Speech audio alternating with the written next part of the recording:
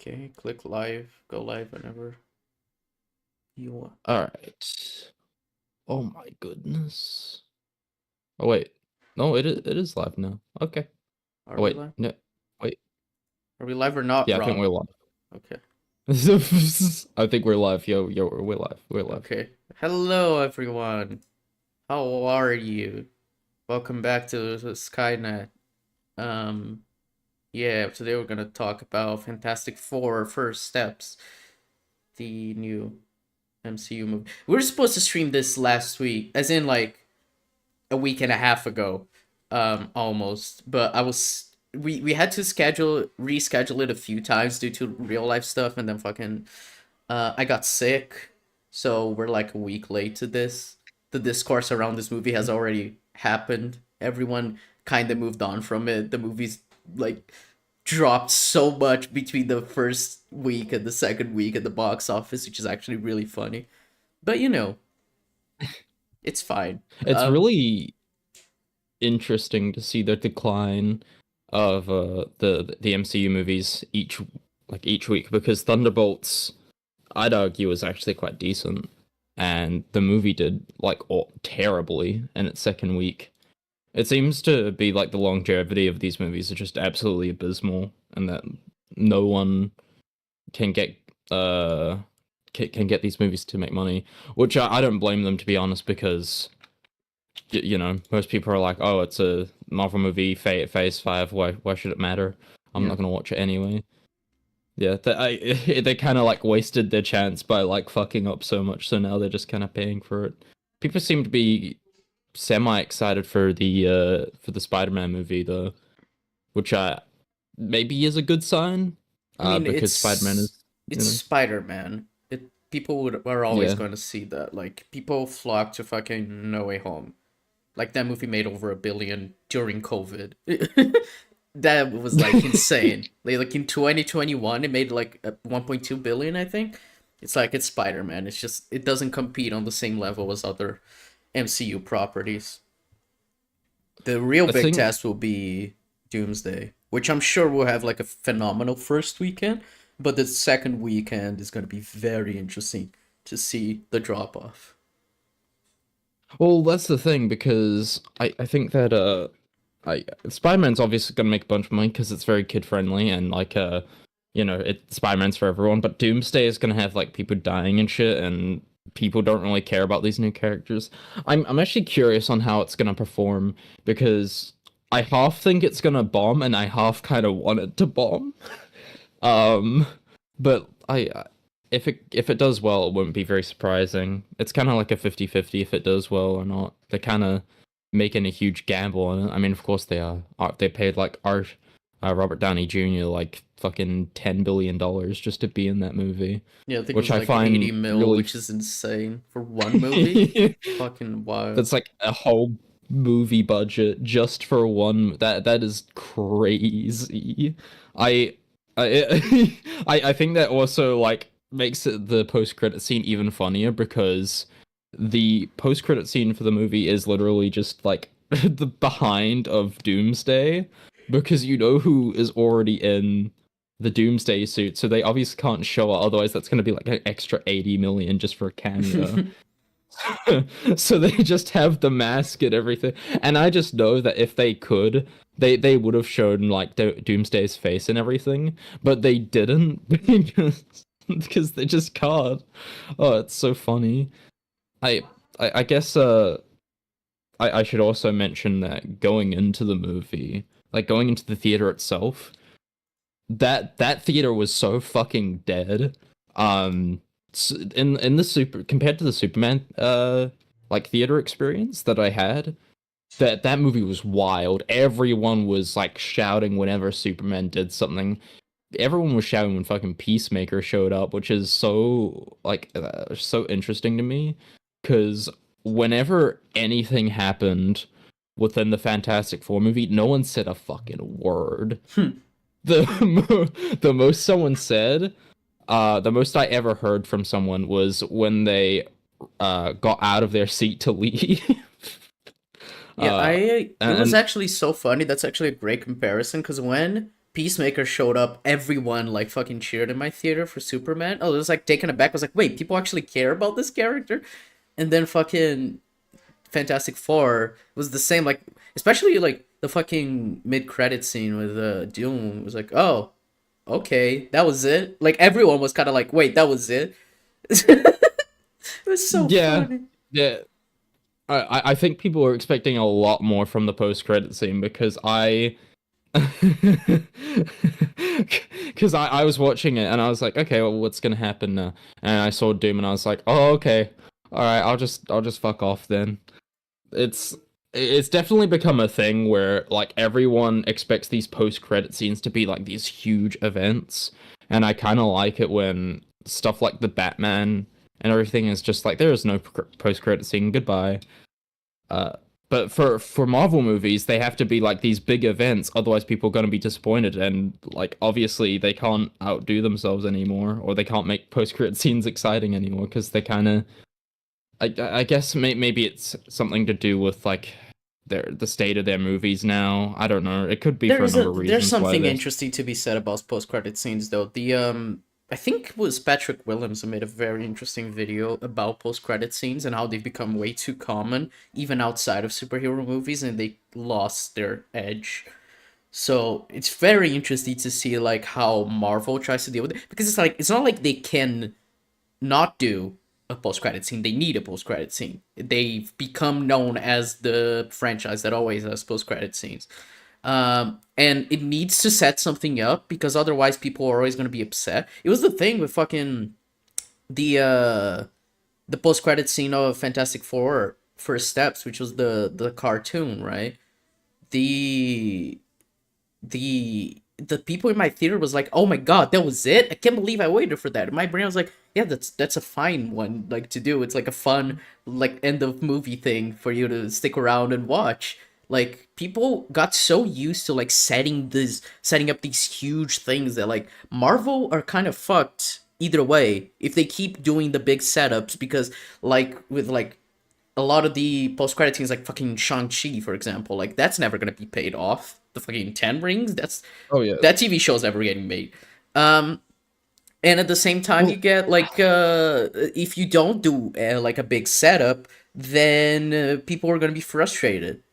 Because it's weird. I don't know if Marvel can like fix it at this point. I mean, unless they just oh like no. make a movie without. I mean, they did Endgame without it. But that was like that was like the end of the saga. I think Marvel are just kind of fucked regardless of what they do. Honestly. That's the thing because they can either make a big post credit scene or they could take a risk and introduce like a new villain or something like that who will never return for Yeah. at least for like not another half decade maybe because they did that with like the Scorpion and Homecoming, and only now is he coming back for a brand new day, Yeah. which I find absolutely wild. Like they just spent like almost a decade waiting, but you get what I mean. It's such an interesting thing because I didn't really mind the post credit scene. It was just kind of a that's it kind of thing. I thought the Fantastic Four cartoon thing was cute though. But yeah, the Marvel movies really need to get a fucking grip on what they want to do, because I feel like if they're gonna reboot their shit, I think they should just hold back on the post credit scenes just a little bit, or do what DC has been doing, Mm-hmm. which is for they're not gonna be doing post credit scenes to set up story shit. They're just gonna be doing post credit scenes for like cute shit like Yeah. character interact and character interactions or something like that. Yeah, and The Superman did that. Both scenes were just like very fun. Like, oh, the fucking I love the post credit scene of Superman so much. Just Superman being like, gosh darn it, I can be such a jerk sometimes. Oh, it's fucking no, amazing. well, the thing about like having those types of post credit scenes is that your characters actually need to be interesting. Yeah, um, yeah, which is gonna be the big Unfortunately thing we're for gonna be Marvel. talking about with Fantastic Four is that the characters are not great. Yeah, Um, yeah. yeah. The Uh, characters are kind of ass. yeah, okay, so Um, getting actually into the movie, right, guys, right, fellas? Um, I don't think I think like we both liked it, right? Like I think we both like yeah. came out I'm enjoying our time with the movie. yeah, I'm leaning more towards mid than anything. Yeah, but I'm Um, talking just yes, enjoyment, really. Like, I think I oh came yeah, out of the yeah, movie thinking, you know what, that was fun. It felt like a fun movie, and I love the direction, the directing, the set design, the world building of all of that was like really cool. Seeing this alternate Earth and having this retro futuristic aesthetic, which I adore, really like retro futurism, and it was done in a very comic booky way. Like it kind of felt like reading a comic book in a way that I love, and in a way that reminded me a lot of Superman. But you know, it's like I've been telling people, this was like a worse version of the Superman movie. It's just Superman, but not as good, not as interesting, not as well developed, not as tight. So yeah, yeah. Well, that's the thing. Like the world is interesting, but it's made less interesting because the characters don't really do yeah. anything in that world. Like we Well, get all these montages at the beginning of like them doing shit to like help people and Well, it's everything. what's Like, interesting, damn, right? that's so Because cool. the montages in the beginning, they set up this really cool world. But when we see the world again later on and everyone turns against Fantastic Four, it's just like so sudden and so like easy for them to just like have them be on their side again that it makes the world feel less alive and more like a prop for the movie's story rather than like an Yeah, like a actual plot world. device type. Yeah, because it actually felt like a world that existed in the beginning of the movie. It did not by the end, which is like a wild thing to say. It just shows like the movie like really fucked that up. And I mean, it's weird. Well, Sorry, go on. I'm rambling. sorry.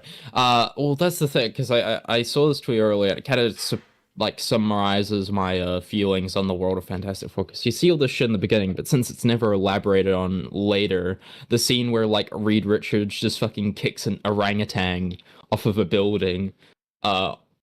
When you just think about it, they aren't really established as like villains. I mean, I'm Like pretty it's sure just them the saving the roof and voiceover stuff. says that it's like, oh, he fought his like super intelligent apes or whatever. Like, I'm pretty sure the voiceover says that. Yeah, yeah, I wish that like that they like elaborate on like, the world building more because like on rewatch it just feels like he just kicks fucking apes without like knowing why like because you do get the establishment of like oh they are super apes but I kind of wish we got more goofy shit like that where it's just like oh yeah you fucking there's apes here there's evil apes around and Hmm. like Reed Richards can just like kick them off But the thing is, buildings. right? And this The is thing is, like yeah. the thing. Every time I say that, you're gonna fucking. I hate you. So, my problem is that this movie is kind of like Daredevil Born Again in the sense that it has interesting ideas. Daredevil Born Again at least had more interesting characters, but it has interesting ideas, but it is such a mess on a Well, production level that it cannot tell a cohesive story. It is a coherent story, it's not cohesive. It doesn't feel like it's like there's a point to it by the end. Because like the thing is, fuck, I said it again.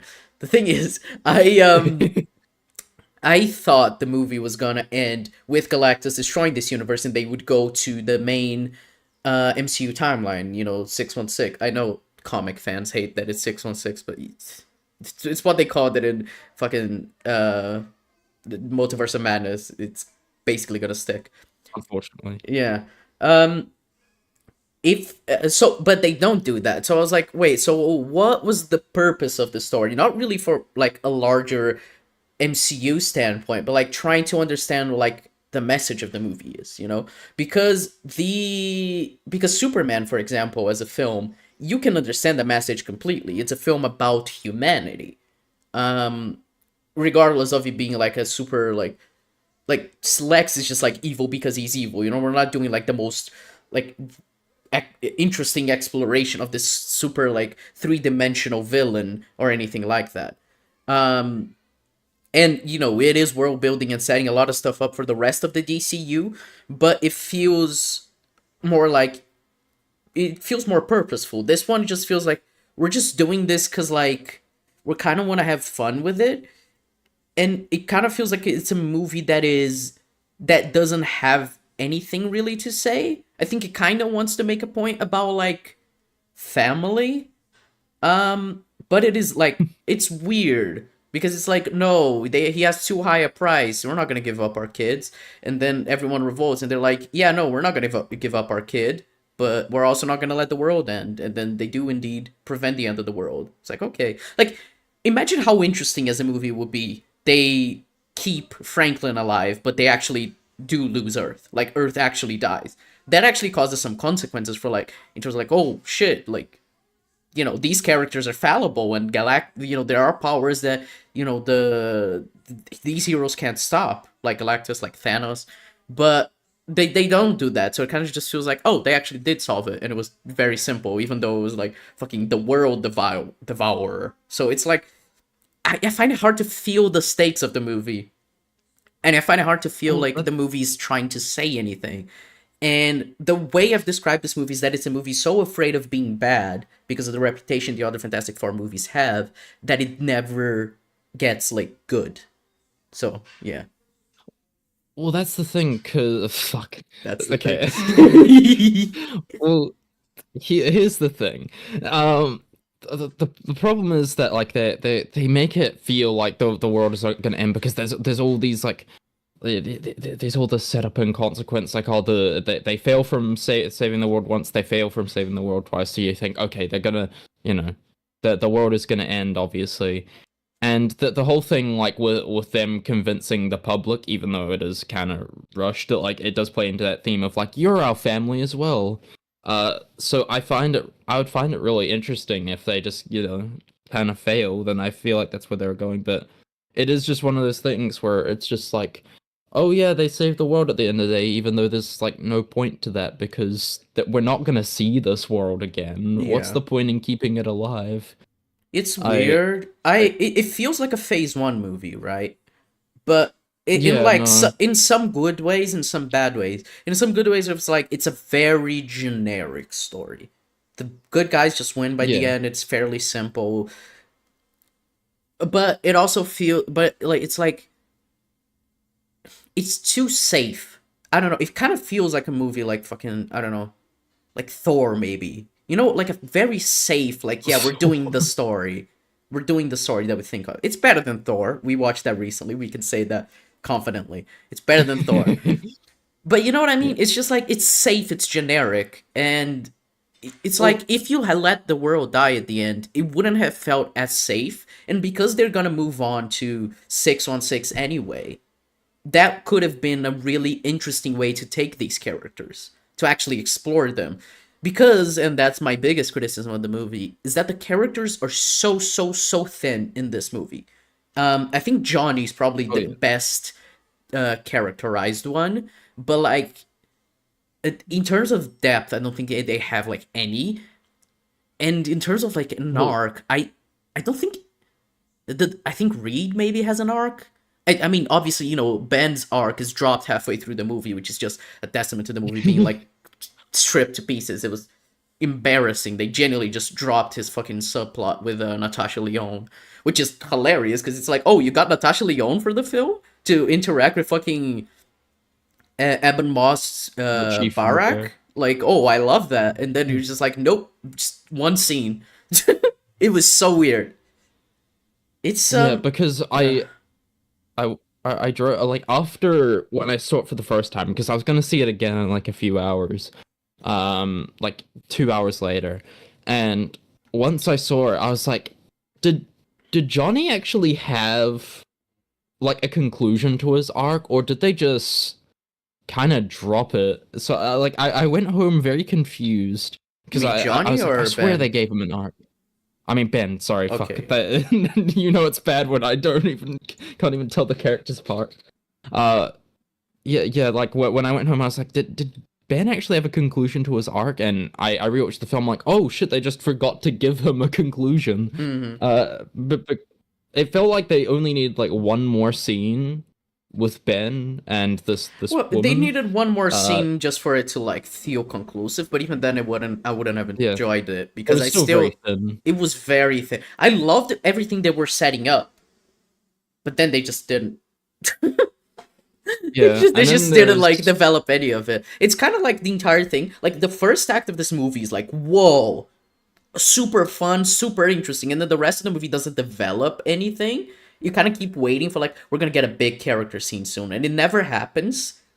Um, and the like, closest one you get is the one with like Reed and Susan and the baby. Like, oh yeah, and even then, where he does the like the autistic like, oh, sometimes you're mean. It's like okay, sometimes you do very autistic calculations, yeah, Reed Richards. I'm very mad about that. yeah. And he's like, sorry, Sometimes my brain's just too big. I can't help it it. was yeah. I mean, look, it's fine, and I think they understand the idea that like autistic people aren't insensitive, but they can come off that way. And so like that was good, and obviously that's just a thing for Reed Richards, in the comics, just like with his huge intellect and how he overanalyzes everything, and he is very autistic. So yeah, I don't know. That was like a fine idea, but it was like it wasn't even like that was like a big thing for his character. You know what I mean? Like that. Yeah, Other no. than that scene, is that are we ever really like thinking he's like insensitive or something like that? Because I don't think so. Well, I hate saying the thing is, but I've not no other like what way to convey my sentence. So the thing is, like, by the end of the movie, it's no different from how the characters were at the beginning. Like they are kind of the same. You get kind of the setup with Reed, where at the beginning he's like, oh, I kind of wish I'm sorry for what happened with the crash and everything, and the thing comes in to be like, hey, you need to stop beating yourself over that, man. And then it's like kind of never brought up again. Oh Like yeah, it's this like big, like, yeah, even you forgot about it. I completely It's forgot. it's like I this mean, whole that was weird as well because it was like, wasn't the crash like 4 years ago, and he's still like doing it, and he doesn't even do it again after Ben tells him to stop. I guess he just needed Ben to tell him to stop. I don't know. yeah, he needed the thing to tell him to stop doing the thing. He's like, hey, Yeah, here's the because thing. Yeah. because like you could have just made it that that's his conflict, that he blames himself over bad things happening. Like he could have blamed himself for what's going to happen to Earth, or you could have Yeah, blamed that would have been made him blame himself. an interesting way to explore his character. Would have definitely made Eh, sense with him like thinking like he fucked up the negotiation with Galactus, and now Galactus is after their son, and now Earth is in yeah. trouble. That would have worked. And then at the end, like, make him realize that no matter what happens, like, he's tried his best, Yeah, and that's what matters as being a hero at the end of the day, that he tried his best and he can't save everyone. yeah, And which that could would have have been been really delivered cool. by Yeah. Ben, and Yeah. would have actually made their friendship feel, developed, because I Yeah. don't feel like Ben and Reed are like friends in this movie. It's so weird. They have like two dialogue scenes and they're so brief. It's like how little there is in Superman between Jimmy Olsen and Superman. But yeah, and Clark Oh, Kent, yeah. but in a worse way, because a Superman movie doesn't necessarily need Jimmy Olsen to be in like super close to Clark Kent. Ben and Reed are like the friendship of the Fantastic Four, right? So it's just weird to Yeah. say. It's weird because everyone, like, I think Johnny has more scenes with Reed than Ben Yeah, does. And Johnny, like, Johnny's the best spends his own character, I time. think. Yeah, yeah, Ben sees he's a monster in the TV and had a mini Yeah. existential crisis before going about his night. Well, Yeah, it he was was a just like, nice oh fuck, I'm a shot. monster. It was a nice shot, but Yeah, then it was the an film doesn't like do anything with it. Like, yep, he indeed became the thing. I wonder where we're gonna go with yeah, that, and they don't. Like, I thought they were he gonna went do from something like that, of like him being interested in Natasha Lyonne, but Natasha Lyonne not being interested in him, like, other than friendship, because she was like afraid of him, or thought, like he's, a fucking rock monster. I thought that could have been interesting, explore like, that barrier between him and like an actual like romantic relationship. Um, but yeah. no, they didn't do that. I mean, part of like what made me like hate the characters is like they give kind of Sue Storm nothing. Like she's just pregnant and that's her Mm. characteristic because everyone's just like, oh yeah, like the pregnancy is talked about more than her actual character, Yeah. which I find kind of funny. Because I it think feels she's like she's just characterized as like she's the heart of the Fantastic Four, which from what I know from the comics, that seems to be accurate. But nothing yeah. beyond that. Nothing about like why she's the heart. Because it's like I don't know, it might be a weird comparison, but like when you watch Agents of Shield, right? You're like, oh, Coulson is the heart of Shield, and you see why. Like every single action he takes, every single thing he does, is in service of making the world a better place. And you're like, oh, I can definitely see why, Shield cares that much about why Nick Fury cares that much about him. You can't say the same about Sue in this. Like she is indeed the fucking, you know, the the heart. She's the But pregnant not lady. yeah, Yeah. but like she's the heart of it, but like okay, why? Because like the thing Yeah. is, of course I'm saying the thing is again. I was talking to Evan about this, but it's like when you make like a story like of these good guys just being good guys and you don't like challenge them, you kind of they just seem very uninteresting because it's like, yeah, they're gonna do the good guy thing and they're gonna win by the end. Because it's like when your characters struggle, that's when you give them depth. And the interesting thing with like Superman is that he is so good that even though he is pushed to his limit, he never breaks. He still remains as nice and as kind as he's always been. It's a very like, oh, okay, like kindness wins type of thing. With this it's just like they So don't like they try to push them a little by being like, no, you see, you fucking need to give away your child. And like we said, this the scene of like Reed, thinking it makes sense to give up the child. Like I was like, yeah, that's interesting, you need to do something with this. And they just kind of drop it because she's like, no, you see, we're gonna save you. And that's why I keep thinking like they should have just let this earth be destroyed, because otherwise it's like we've not done anything with these characters. They faced some adversity but went through it like without being challenged, without challenging their characters or their morals. So it's just boring. I don't know, I don't think there's another word for it. I think I think it would have been way better because from what I've seen there's a lot of missing footage in this movie. Like Oh in yeah. the trailers there's a lot of missing footage. Even their promotional material, which is like, oh, dinner at like 7 p.m. every Sunday. Yeah, that That's scene out was of the cut. movie. Yeah. This is like the Rogue One of promotional materials where like almost everything they show is like not in the movie Yeah. apart from like maybe 3 scenes. So you go into this movie and like a lot of the scenes you see in the trailer are just completely missing. And it's so weird to see because you're like, oh, there was just an entirely like there's just an entire movie just cut from, you know, an already established, a pre-established movie.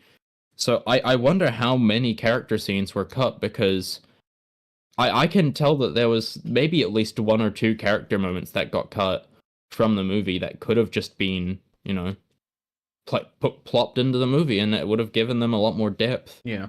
But you know, clearly something was going on. Well, I mean, I know what was going on. That everyone's busy with working on Doomsday and Yeah. Secret Wars. Well, there are a few things with But this movie, like the pacing is fucking breakneck, so we don't have enough time to have oh character yeah, moments.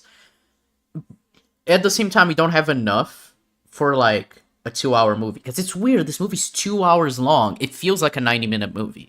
In a bad way. It feels like there's oh not yeah, enough material for 2 hours. Even though like stuff is constantly happening. Um and it's like it's maybe if the movie was like 15 minutes longer, maybe if they just like they had better use of their time, maybe if they didn't fuck up like the pacing of the second act, making everything feel super weird in terms of timeline of Galactus arriving to Earth, and it's really weird the timeline of all of yeah. that. So I don't know. Yeah, because Like he gets to Mars, they're like, oh yeah, Galactus is at Mars at this point. You need to start saying your goodbyes and everything. And they're like, okay, here's what we're gonna do. We're gonna make a super cool shield barrier like teleporter thing. Within the span of like a week or a month. I don't know how long it takes, but it's like a week or a month. And then they're like, once they're finished, they're like, oh yeah, Galactus has arrived, and like he's like, wait, he was at Mars. Like, why isn't he just like here by now? It's really weird, like his way of transport because he he manages to travel so fast from like the other side of the planet, like light speed to like Mars within the span of like I don't know, a week or a month. Well, And then like it takes him he really. goes from well, it's weird. They have like the 1 month time skip, right?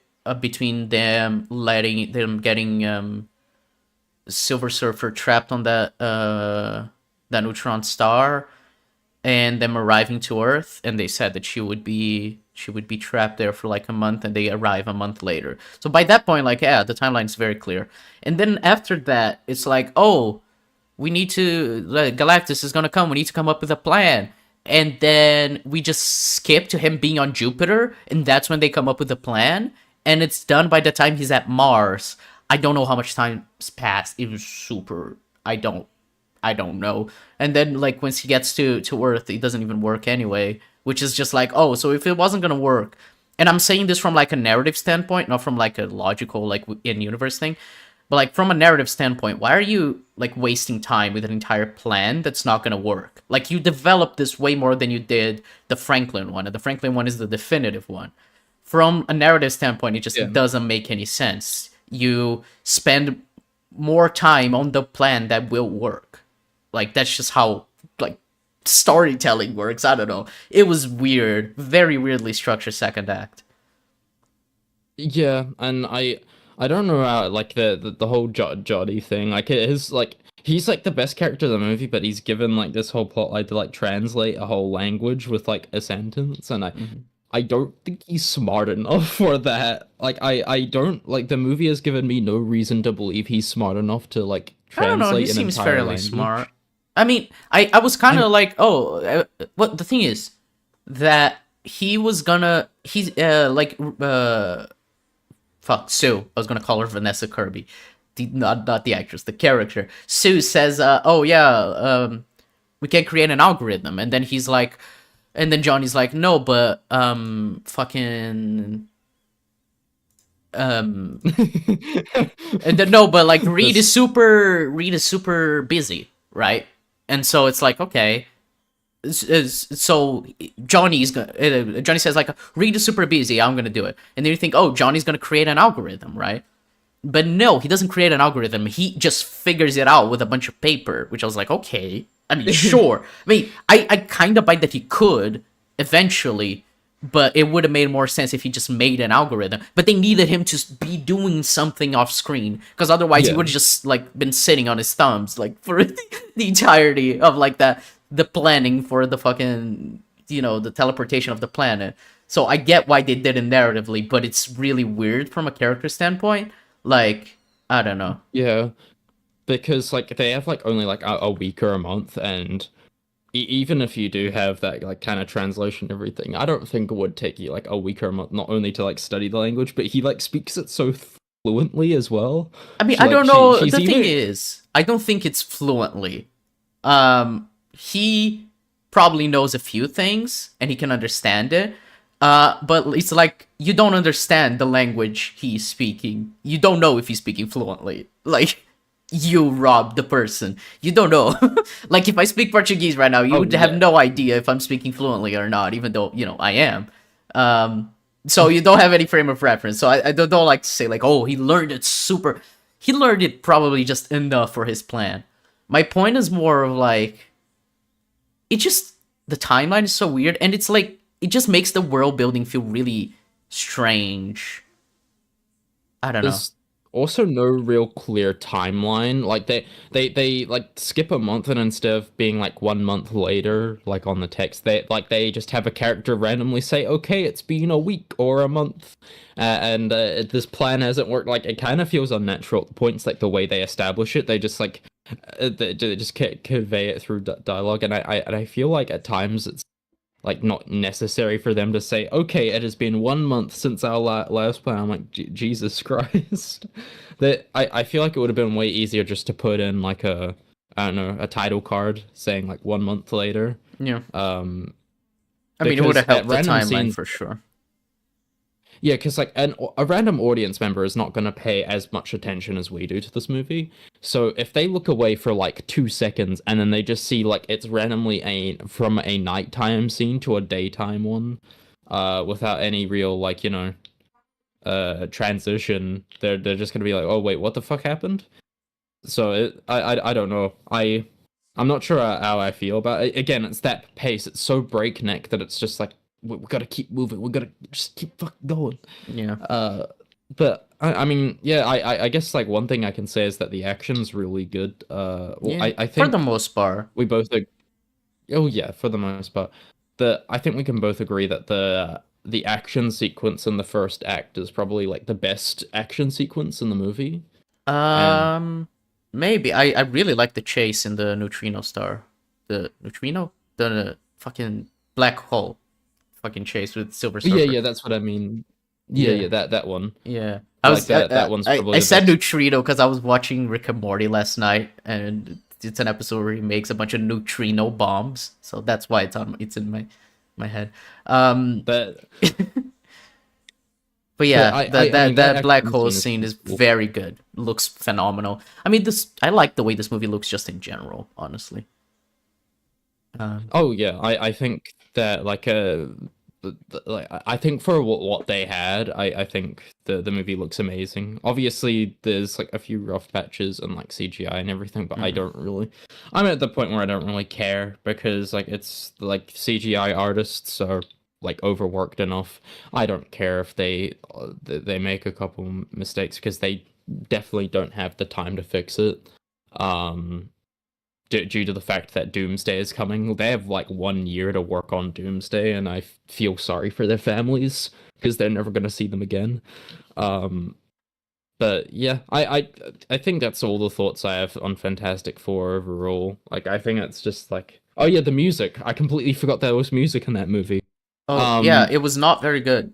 Um, it was like like that. fine. It's Yeah, it was fine. That's my hot take because everyone's like praising it. It was okay.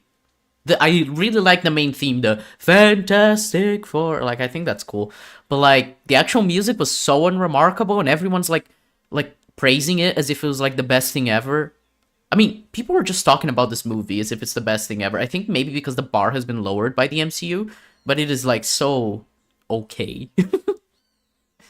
yeah, I don't remember any of the tracks except for maybe part of the space chase Mm, one. Like other than that, I don't really remember any of them except for the main theme, of course. The mm. main theme's quite cool. I like that one.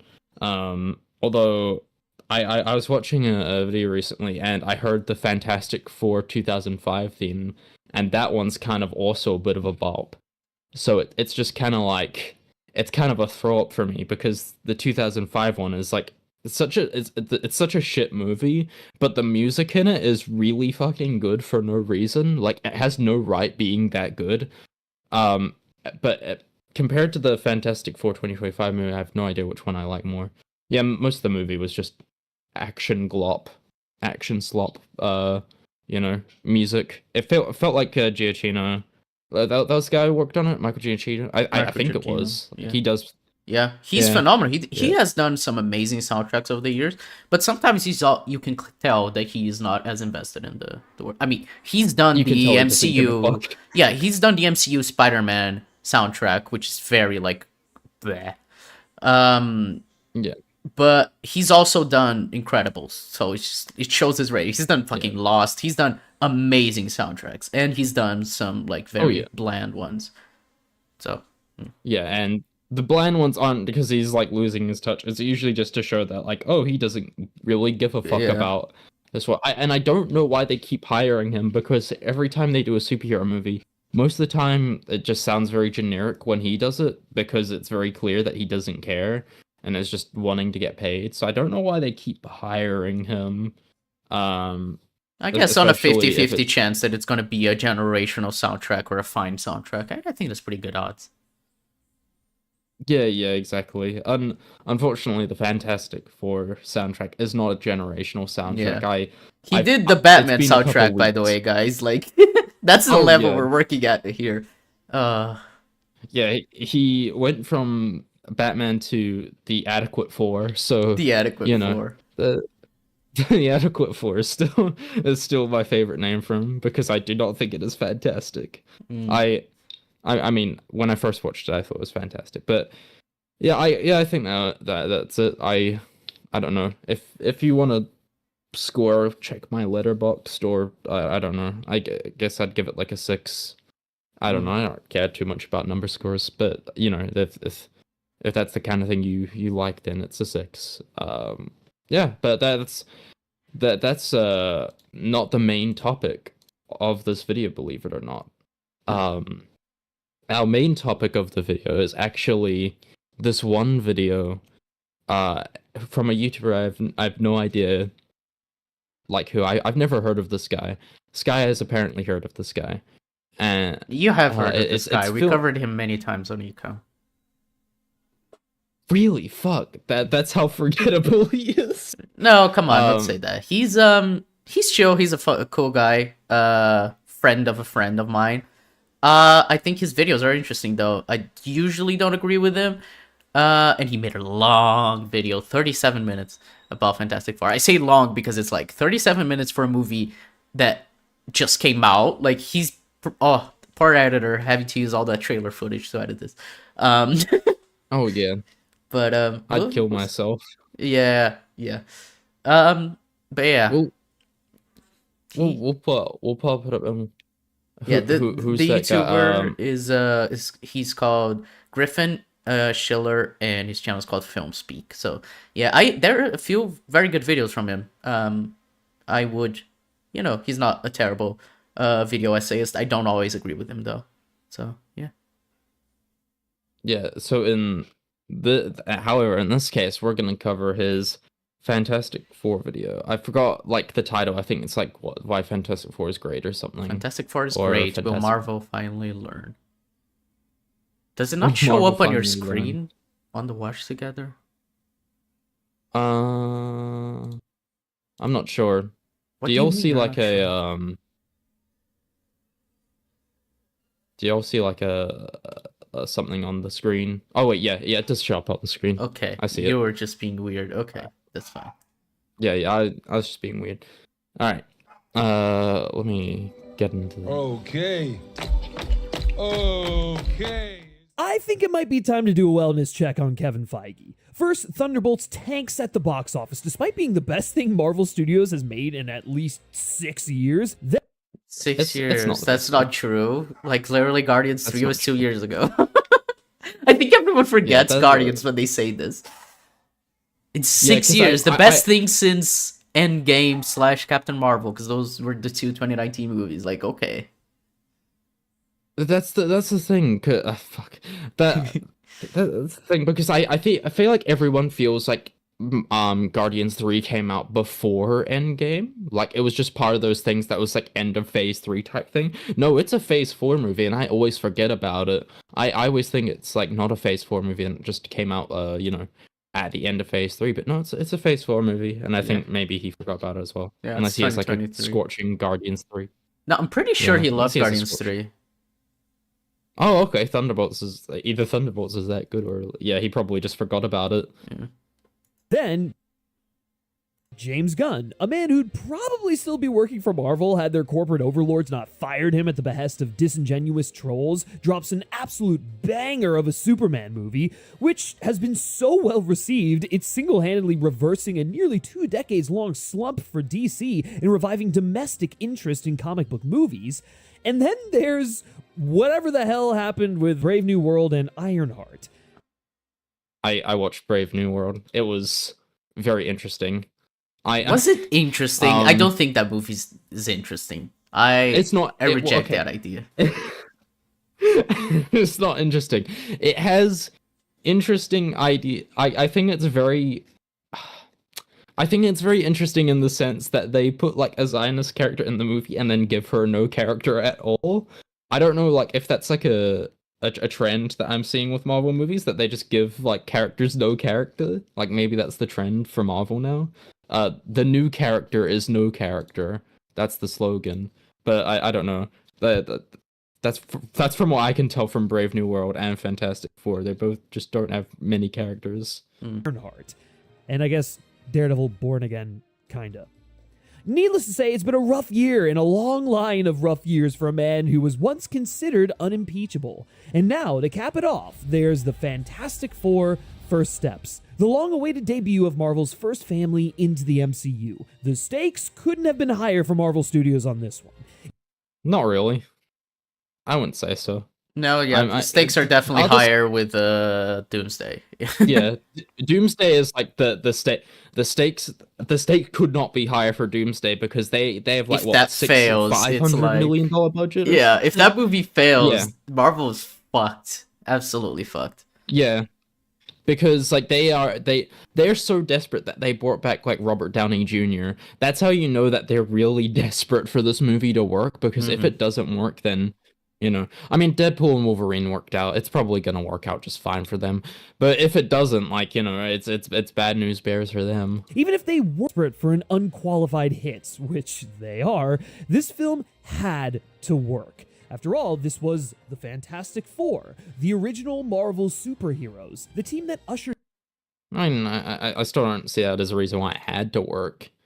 I mean, there's been plenty of like Marvel superheroes that are like really big in the comic sphere, and they just got kind of fumbled. In the age of comics all the way back in 1961, and who, to many, embody the heart of Marvel Comics. If Marvel Studios fumbled the ball with Fantastic Four after years of trying to reacquire the film rights, it'd be the ballgame. I mean, what's the point of the MCU going forward if they can't even outdo 20th century's middling efforts from 2 decades prior? I mean, that's what I mean. They played it so safe with this movie because it was just like, we need to not be as bad as the predecessors. The other Fantastic Four movies. I kind of see it as the same as 2005's because they both movies play it so safe, and both movies are part of that time period. 2005 is literally just the Fantastic Four, but playing to the 2005 time period, which is, oh yeah, MTV, oh yeah, fucking magazines, oh yeah, motocross. Like, I honestly just see Fantastic Four 2005 as just a product of the time, and people probably liked it back then when it came out, because it got a sequel, it obviously did well.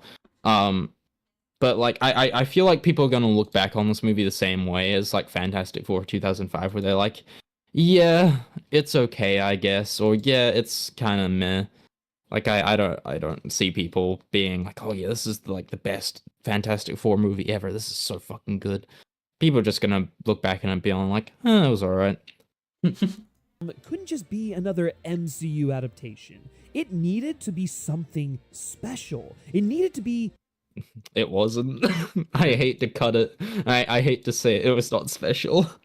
That the movie may have been fantastic, but it is not the Special Four, unfortunately. The Special Four. Definitive. And I think the weight of these expectations was something Kevin Feige was well aware of. It all started with Fantastic Four, and the Marvel fans know that. It all started, I just was talking to Jack Kirby's granddaughter Jillian a moment ago. It all started with his pencil. It started with he and Stan. And that's what created what we know as the Marvel Universe, were these characters.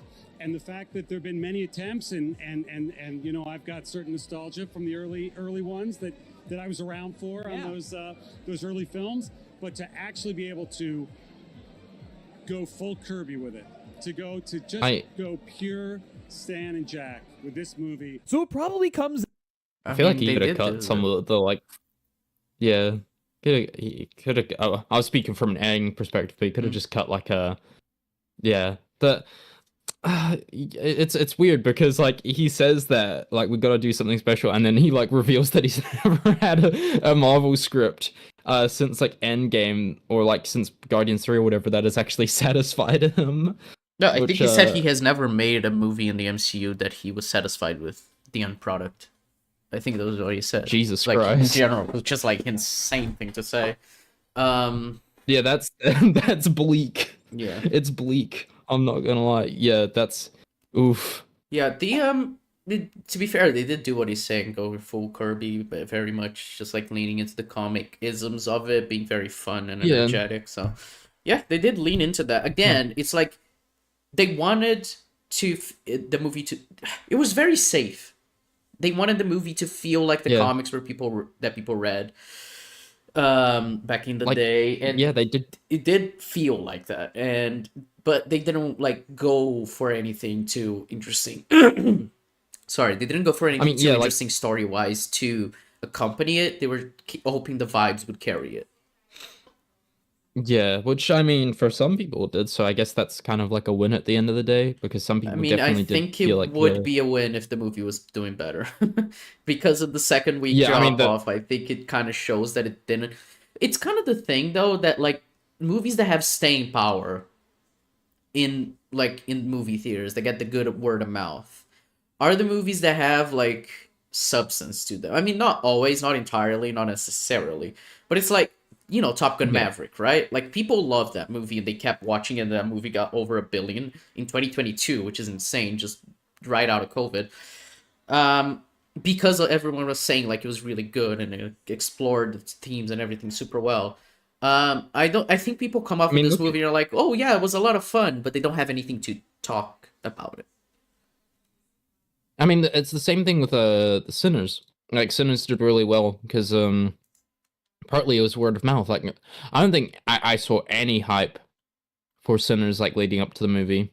Mm-hmm. I didn't really hear anyone really talking about it. For sure, the big reason why that movie succeeded. Oh yeah, and like, and now that movie has made like what 300 million, like 400 million, something like that. An insane amount of money just from like a word of mouth. So yeah, it's definitely like it needs to have something substantive of it, and you can't really say that the movie has anything of substance other than the action scenes were kind of cool, or the movie was entertaining. Like, it was just like, oh okay, it's just like something I can watch when it comes out on Disney Plus. That's also another factor. If it doesn't sound interesting enough, they'll just be like, okay, I'll watch it on Disney Plus. On streaming, then. Yeah. It's kind of just how movies have become. To sell the movie-going experience, you need to make something special, and this film doesn't feel special. Everyone has asked me about this movie. It's like, it's not bad and it's fun, but I always say, like, just wait for it to come to streaming. Like, I don't think it's worth going to the movie theater. Like, Superman is one movie that I'm like, oh yeah, watch that in theaters. Not Fantastic Four. So yeah, I don't know. It felt very safe. Like, I get what Griffin is saying. The movie did need to feel special, because of the way like the Fantastic Four have been fumbled before, and it was like, oh, they are finally in the hands of Marvel again. So now they're gonna do them right. But this doing them right thing was kind of like not doing anything too interesting with it. Whereas Superman, the thing about doing it right is that James Gunn took a risk with that movie. That movie isn't a simple just like, oh, he's good and everything. There is like something deeper the movie's exploring, and it is taking a risk more so than this movie. I think also the thing is, shit, I keep fucking saying the thing. Okay, the problem is that these people are old. Okay, they're boomers. They're older than like my chair is right now. My chair is fucking old that I'm sitting on. They don't get superheroes, right? They probably haven't read much of the source material that it comes from. And then you look at James Gunn and he's reading like 100 different Superman comics. He's probably reading like 2 Superman comics right now that I've never even heard. He gets Superman. He understands the source material. So not only do like the comic fans understand, because he has a track record of like, oh yeah, he gets it, but also the audience is just like, oh, Superman movie. So from both experiences, everyone knows, and it's also the thing of like the from the creator of Guardians of the Galaxy, you know, who the guy who made Guardians of the Galaxy, and everyone was like, oh, I like Guardians of the Galaxy, so they'll go see it. Compared to like a Marvel movie where it's just like, oh, I mean, 25 to 75 chance that it's going to be bad. 25% chance that's good, 75% chance I'm going to forget about it. Unfortunately, it falls in that 75% range. Yeah. But yeah, it's just a lot of factors that go into it, and that's one of the big ones that James Gunn actually knows what he's doing. As a great relief then that the Fantastic Four First Steps is, for lack of a better word, It's fantastic. Okay, you could have cut the clip. Say that again. Yeah. a fun and emotional. I think it's just me because like I get really worried when I don't cut a clip because YouTube copyright, so it like actually fucking triggers me. That's like, dude, your thing's gonna get taken down for copyright. But it does feel like it's gonna get taken down for copyright whenever I see a clip longer than fucking 3 seconds. Yeah, no, Yeah, my Superman is thing way was more just popular. like, I feel like- think you should have cut the clip just because it killed the joke. It was like, Oh, yeah, the you already face. used the clip, so yeah.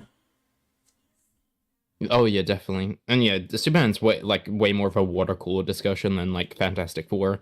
People, here's the thing: Fantastic Four get brought up next to the water cooler. They're like, oh yeah, I also saw Fantastic Four, and then we'll be like, oh cool. Anyway, Superman.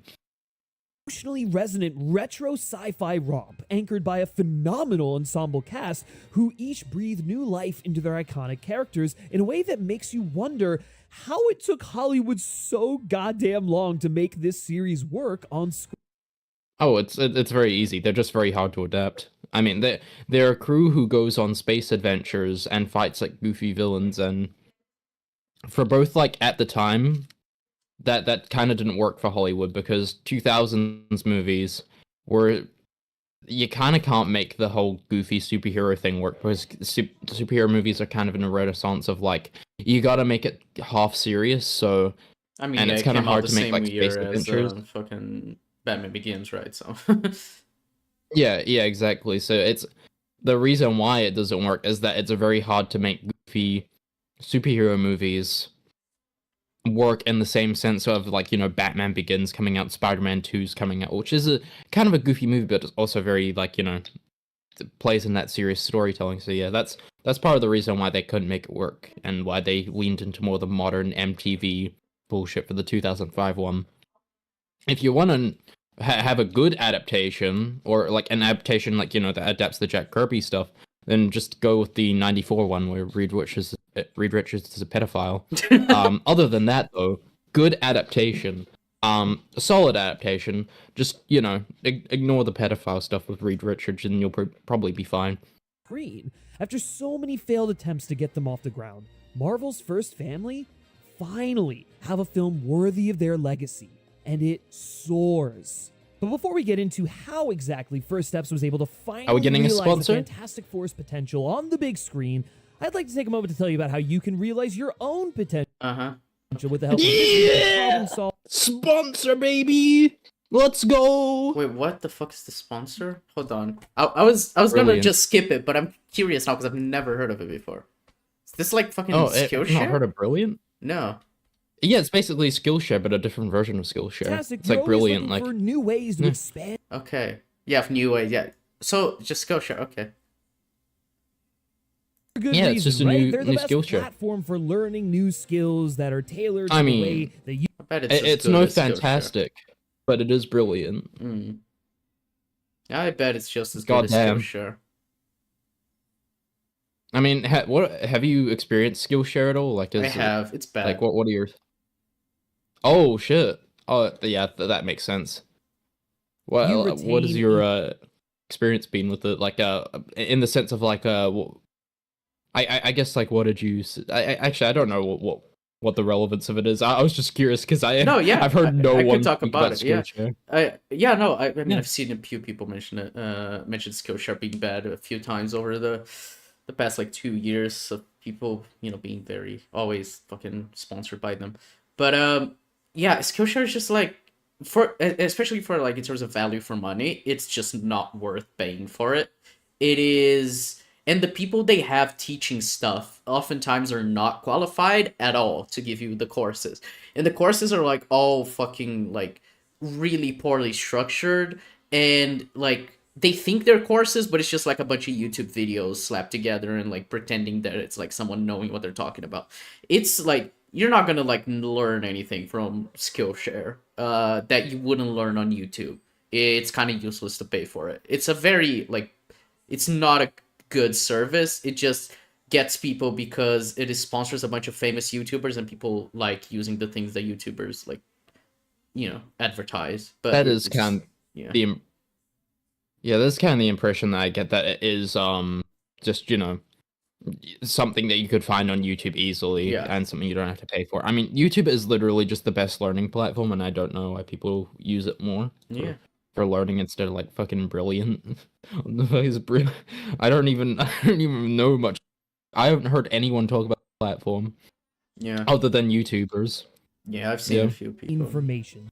The best at what they do. So what are you waiting for? Give learning a try and go to brilliant.org/filmspeak. Scan the QR You can code on only screen give it a or try on click the link Brilliant. in the No description learning below. allowed anywhere Brilliant's else. also giving our viewers 20% off an annual premium Oh, subscription, yeah, which gives let's you go. unlimited daily access. I to don't, it's fine. I don't like to bag on people for taking YouTube sponsors because, get that bag. It's good making money. Oh yeah, off get that YouTube. back. I know that it's hard to make money off YouTube, especially when you make videos about like movies and shit, because it's always getting copyright claim. Oh yeah. But I keep seeing like all these like sponsors are just like, geez, there's not a single good sponsor on YouTube, is there? It's kind of crazy. Oh yeah. HelloFresh is I guess a good one. Like I've seen HelloFresh. No, they're get one. awful in terms of like worker exploitation and union busting. Oh well, yeah. So it's still like, Yeah, that one's quite bad. Let me think. All right, good sponsor. Audible. Audible is a kind it's of a good one, literally I Amazon. guess. Okay, well, okay,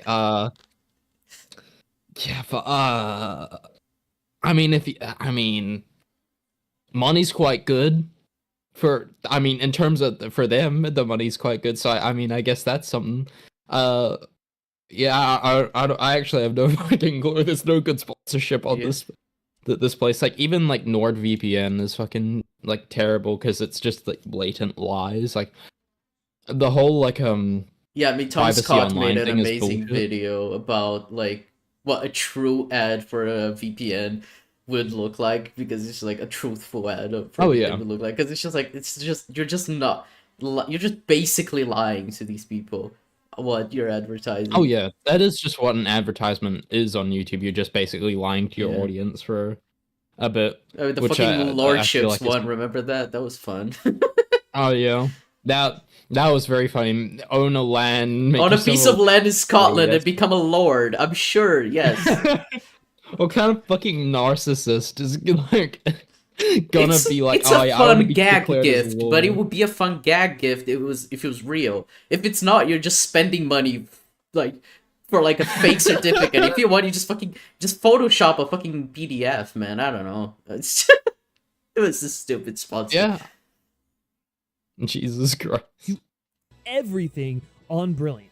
That's brilliant.org Let's /filmspeak, or scan the QR code here, click the link in the description below, get that 20% off an annual premium subscription, and expand those big brains of yours. Thank you so much to Brilliant for sponsoring this Oh, video. damn, Long that- fucking If there's ad. one That's- thing there's yeah, absolutely no margin for error on when translating the How Fantastic Four to the long big screen, did they pay for it's that conveying the sponsorship? familial Jesus Christ. bond between its four lead heroes. From the very That first wasn't in issue, the their film. self-titled That Yeah, none of that was in the film. I'm just like, what the fuck? Where The did she get that familial from? bond.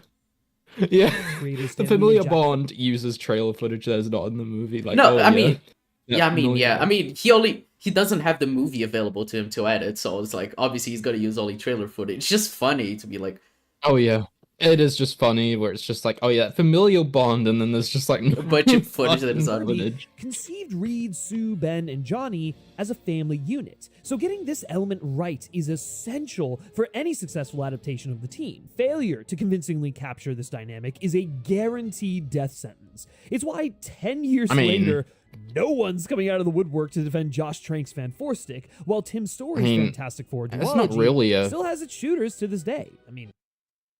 Yeah, I mean, that's not really a fail. Like they failed to adapt the characters for 2005, and they made enough movie for a sequel, so it's not really that bad. Like the Guardians of the Galaxy are not like their comic counterparts at all. Like it's possible to make a movie that is not like their comic counterparts and still succeed.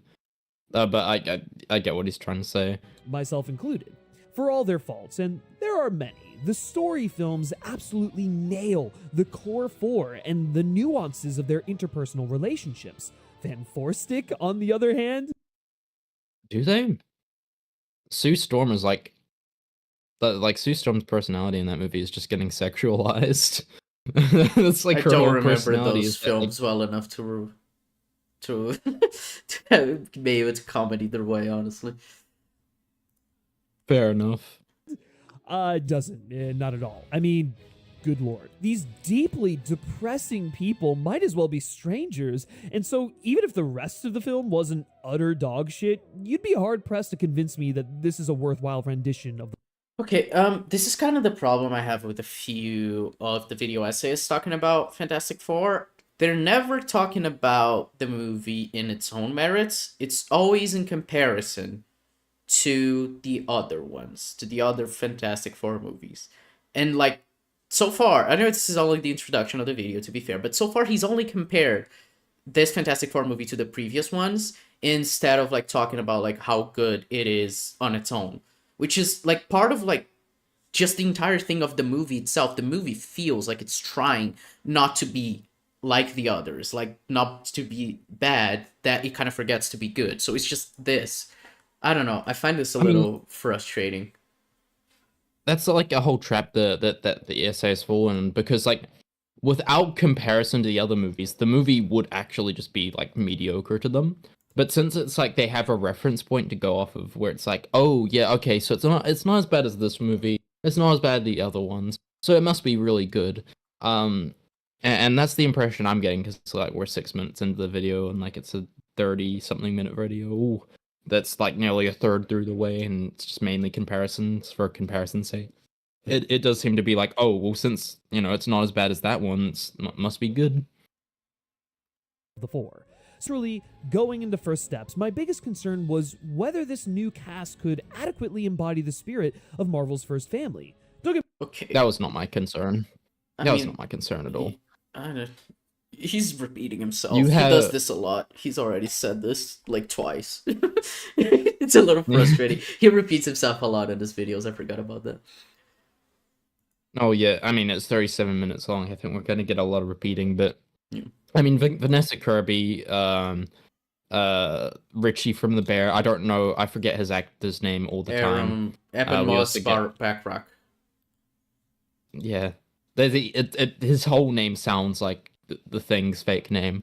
And then we have Pedro Pascal. Like, I mean, I was not concerned about it at all. Like they're obviously gonna get a good movie with good chemistry. I don't know. Yeah, they That were wasn't a good concern actors, for and me. I'm glad they have good chemistry. Especially Vanessa Kirby and Pedro Pascal. They have very good chemistry. I don't know. I think Eben. The thing is, right? Eben Moss Backrack. He's probably the actor I was looking the most forward to in this movie, and I was the most let down by, just because they don't get him to do anything too interesting as Ben, so he doesn't have like that Oh, much yeah. like, his chemistry with the other actors is present. It's just like not highlighted enough, I guess. I don't know. I think it's Could be also like a disappointment, because like we had just finished watching the first season of The Yeah. Bear, and like he's really good in that. Like he has Yeah. like a really core presence. Like that is actually like a show like about family and everything, with a family dynamic and all that. So like going into that like with the same family dynamic type thing, and he's just like not there at all. It is very interesting. Not really, but it's just hard pressed to convince me that this is a worthwhile rendition of the four. So naturally, going into first steps, my biggest concern was whether this new cast could adequately embody the spirit of Marvel's first family. Don't get me wrong, I love each and every one of these actors individually, but would they have the requisite chemistry to make me believe they're more than just your run-of-the-mill super team? Could they make me believe they're a genuine family? no, I mean, no, they could not. I mean, the Well, I actors mean, maybe. have kind of have chemistry. I don't know. I mean, I kind of buy that they're a family. I just don't the problem isn't by buying the into it. characters. This problem isn't buying into it with this movie. The problem is just the lack of development for their characters to make me care. Like, I buy that they're a family. I don't buy into the, like, oh my god, the family's gonna be broken up because of they're gonna need to give up Franklin. Like, I don't care. So I'm kind of like on the human side for a little bit of like being like, yeah, you could kind of give him up. I don't. Yeah, I mean, you can always make a doll. Yeah. Yeah. Thankfully, the answer is a resounding yes. In hindsight, my Resounding. fears should have been assuaged the second Matt Shakman was announced as director. Despite my issues with the way WandaVision ended, one of the show's greatest strengths was the way it managed to make Wanda, Vision, Billy, and Tommy feel like an authentic family unit amidst the high. I mean, sure. I mean, I forget a lot of happens about. I know, yeah, early WandaVision, but on I he don't did that remember. well in WandaVision. The problem is obviously Yeah. the final episode. I mean, not just the final Yeah, episode. yeah. In general, the show gets worse as it goes on, but the final episode for sure is the thing that kind of breaks all of it. Concept sci-fi weirdness of everything happening around them. If anyone was qualified to bring the Fantastic Four to life on the silver screen, and their name wasn't Brad Bird, it was going to be Matt Shakman.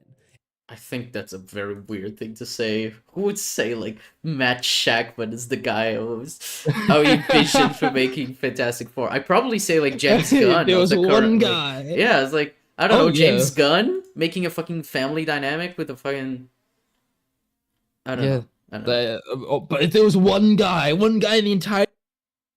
There was like only 10 people left in the world, and Max Shackman was one of them. I would let him direct my Fantastic Four. Like, okay, man, calm down. And boy, does he deliver. From its very first scene, The First direction Steps is is indeed rooted good. in the visual language of a family drama, as opposed to a big-budget superhero epic.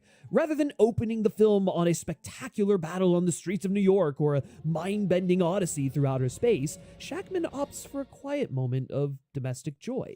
Reed Richards, super genius and de facto leader of the team, is rummaging through a bathroom drawer looking for iodine while his wife, Sue Storm, gently directs him from off-screen. When she finally emerges from the restroom, it's to confirm the impossible. They're Oh, is this just like a recap? Yeah, of, he's like, what's- recapping the scene for now, yeah. Okay. expecting a child, something the couple had given up trying for many years ago, assuming their transformative trip to space had ruled out that possibility. Shackman's decision to open the film on this intimate moment not only establishes his priorities right off the bat, but it also beautifully showcases the core of Reed and Sue's marriage, the relationship Okay, around which everything else. I don't understand the point of that whole like recapping, like, oh, he was rummaging through the bathroom drawers. Like, you could just say He's it's just saying it for people who haven't seen the movie. It's fine. I just kind of Yeah. want to get to his point. I mean, it's a lot of like he could just skip straight to the point, because if you're like making a fucking spoiler video, at any rate, you should just. But whatever. Had ruled out that possibility. Shackman's decision to open the film on this intimate moment not only establishes his priorities right off the bat, but it also beautifully showcases the core of Reed and Sue's marriage, the Which relationship is- around which everything else in the film will revolve around going forward. Reed Not really. It's just the baby that's the thing that revolves around. Their Yeah. relationship is kind of not really present. Yeah. I mean, it kind of is, but kind of not really. Yeah, I mean, it's not really like a thing. I'm confused. Has he finished this point? Hold on.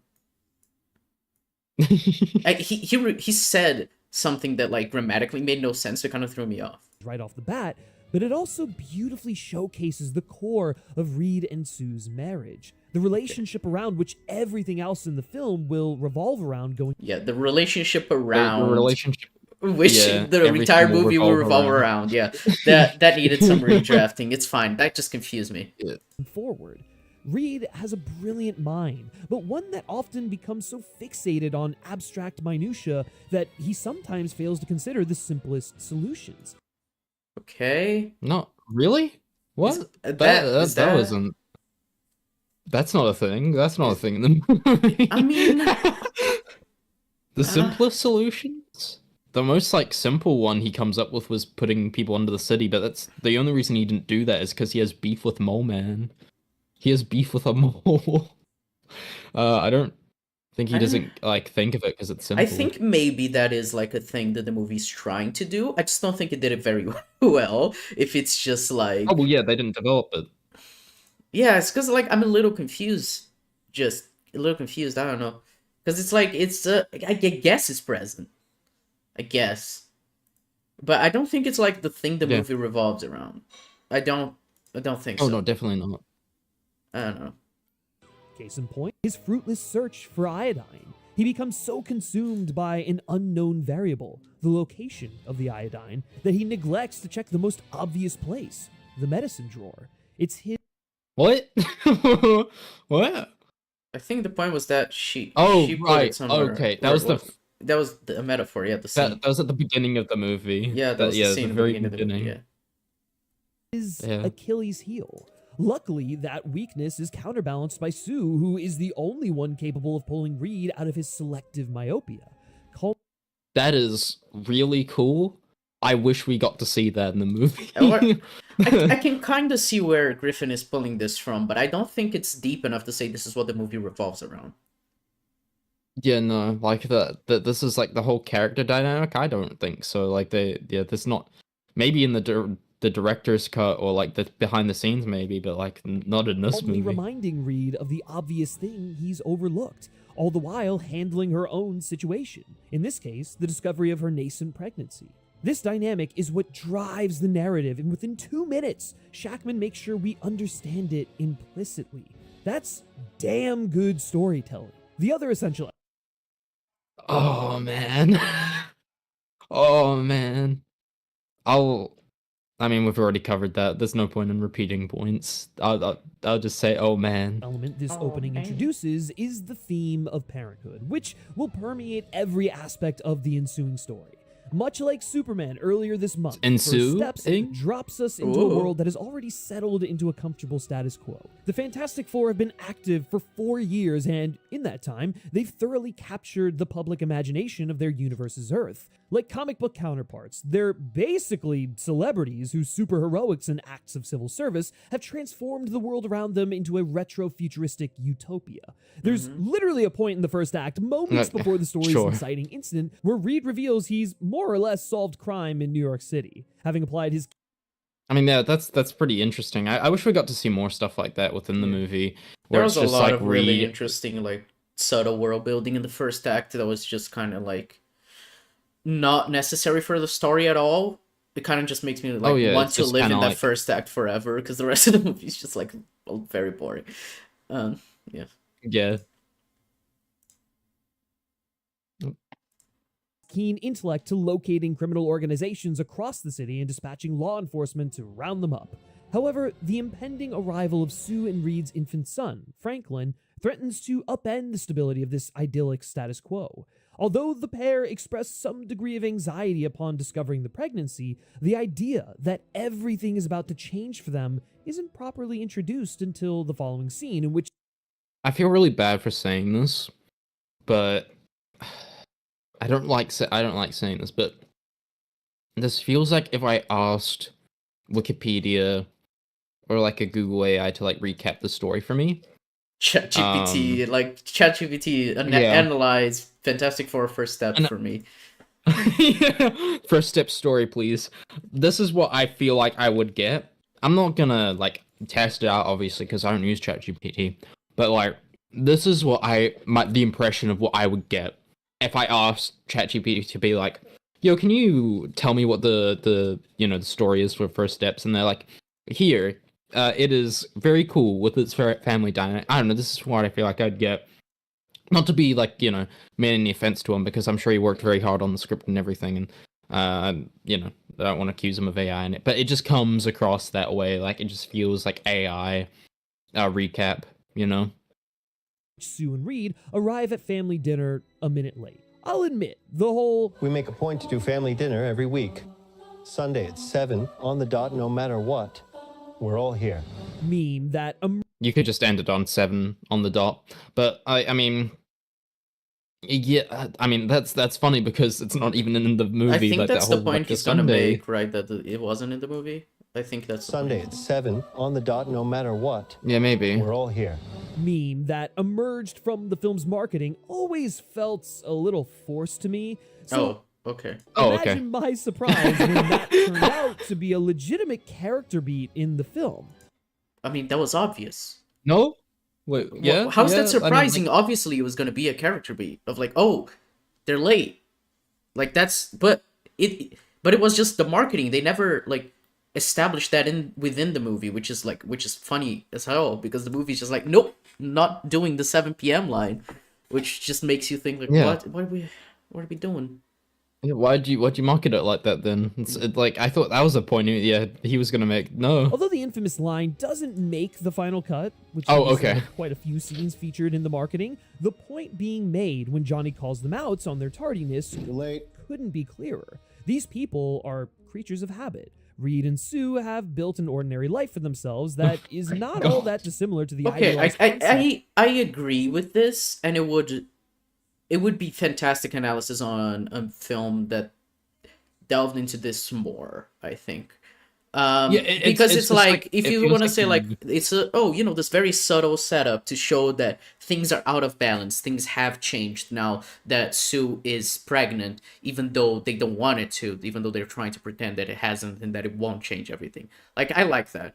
But then the movie, like, first it says explicitly that it will change everything, and secondly, I don't really know what it changes. They kind of just do the Yeah, no, they're all quite the same at the end. yeah. I mean, it changes in the sense of Yeah. like Galactus wants their kid, so that changes. But I don't know. Yeah, but they defeat him at the end, so like, you know, that doesn't really change. So I because don't like, you know, they still have the kid know. and they still have Earth, so it's like, I don't know if it's yeah. like I it's don't know not if I really- think it's like the movie's dabbling with the idea of like, oh, things will change, but it never commits to it. It just isn't the entire thing of this film. It just never commits to anything. Yeah, it doesn't know what to commit to, and it doesn't want to commit to anything. It just wants to be very safe. Yeah, exactly. That's the impression that I get. Yeah. Of the nuclear of 1950s and 60s America. And like those nuclear families, this lifestyle is rooted in strict structures and routines. However, just like that romanticized conception of the mid-century American family, this lifestyle is a fantasy, one that disintegrates when exposed to reality. In Reed and Sue's case, their unexpected pregnancy. Does it? I mean, they kind of just keep not doing really. everything. They literally go to space with her like 9 months They- pregnant. They solve crime. Yeah, They they still literally- do they literally everything. solve I don't all think crime. anything changed. I Yeah, not genuinely, really, not that I could notice. yeah, I don't remember like things genuinely changing. Yeah. No, I didn't get that impression at all. Although a celebratory moment for the family, Franklin's conception immediately shatters the status quo they've enjoyed for the past few years. Okay, stop repeating yourself and qualify your point. I need you to tell Like, me again, how it changes. Very AI, like, kind of recap, like, it resets the status quo and then it just, like, repeats it because they have, like, no other information to go off of. Change heralded by their sudden unpunctuality. You're late for dinner. The You already gravity said of this that. change is punctuated by the arrival of Yep. Galactus' herald, Yep. Okay, Kushala yep. Ball, the Okay, Silver Surfer. now we're One of the smartest decisions Shackman and his writers Now we're made cooking with was gas. paralleling Galactus with Franklin. In a very literal Huh? sense, they are one and the same. The physical incarnation of a what? What? They're one and the same. What? Sorry. I'm I'm confused. I didn't expect that comparison. Yeah, okay, I didn't please expect that. develop your point, Mr. Griffin. with Franklin. In a very literal sense, they are In a very literal sense. one and the same. The physical incarnation Oh fuck, you broke Rob Griffin. Oh my god. It's the Minecraft point all over again. No, it's not as bad as that. Come on.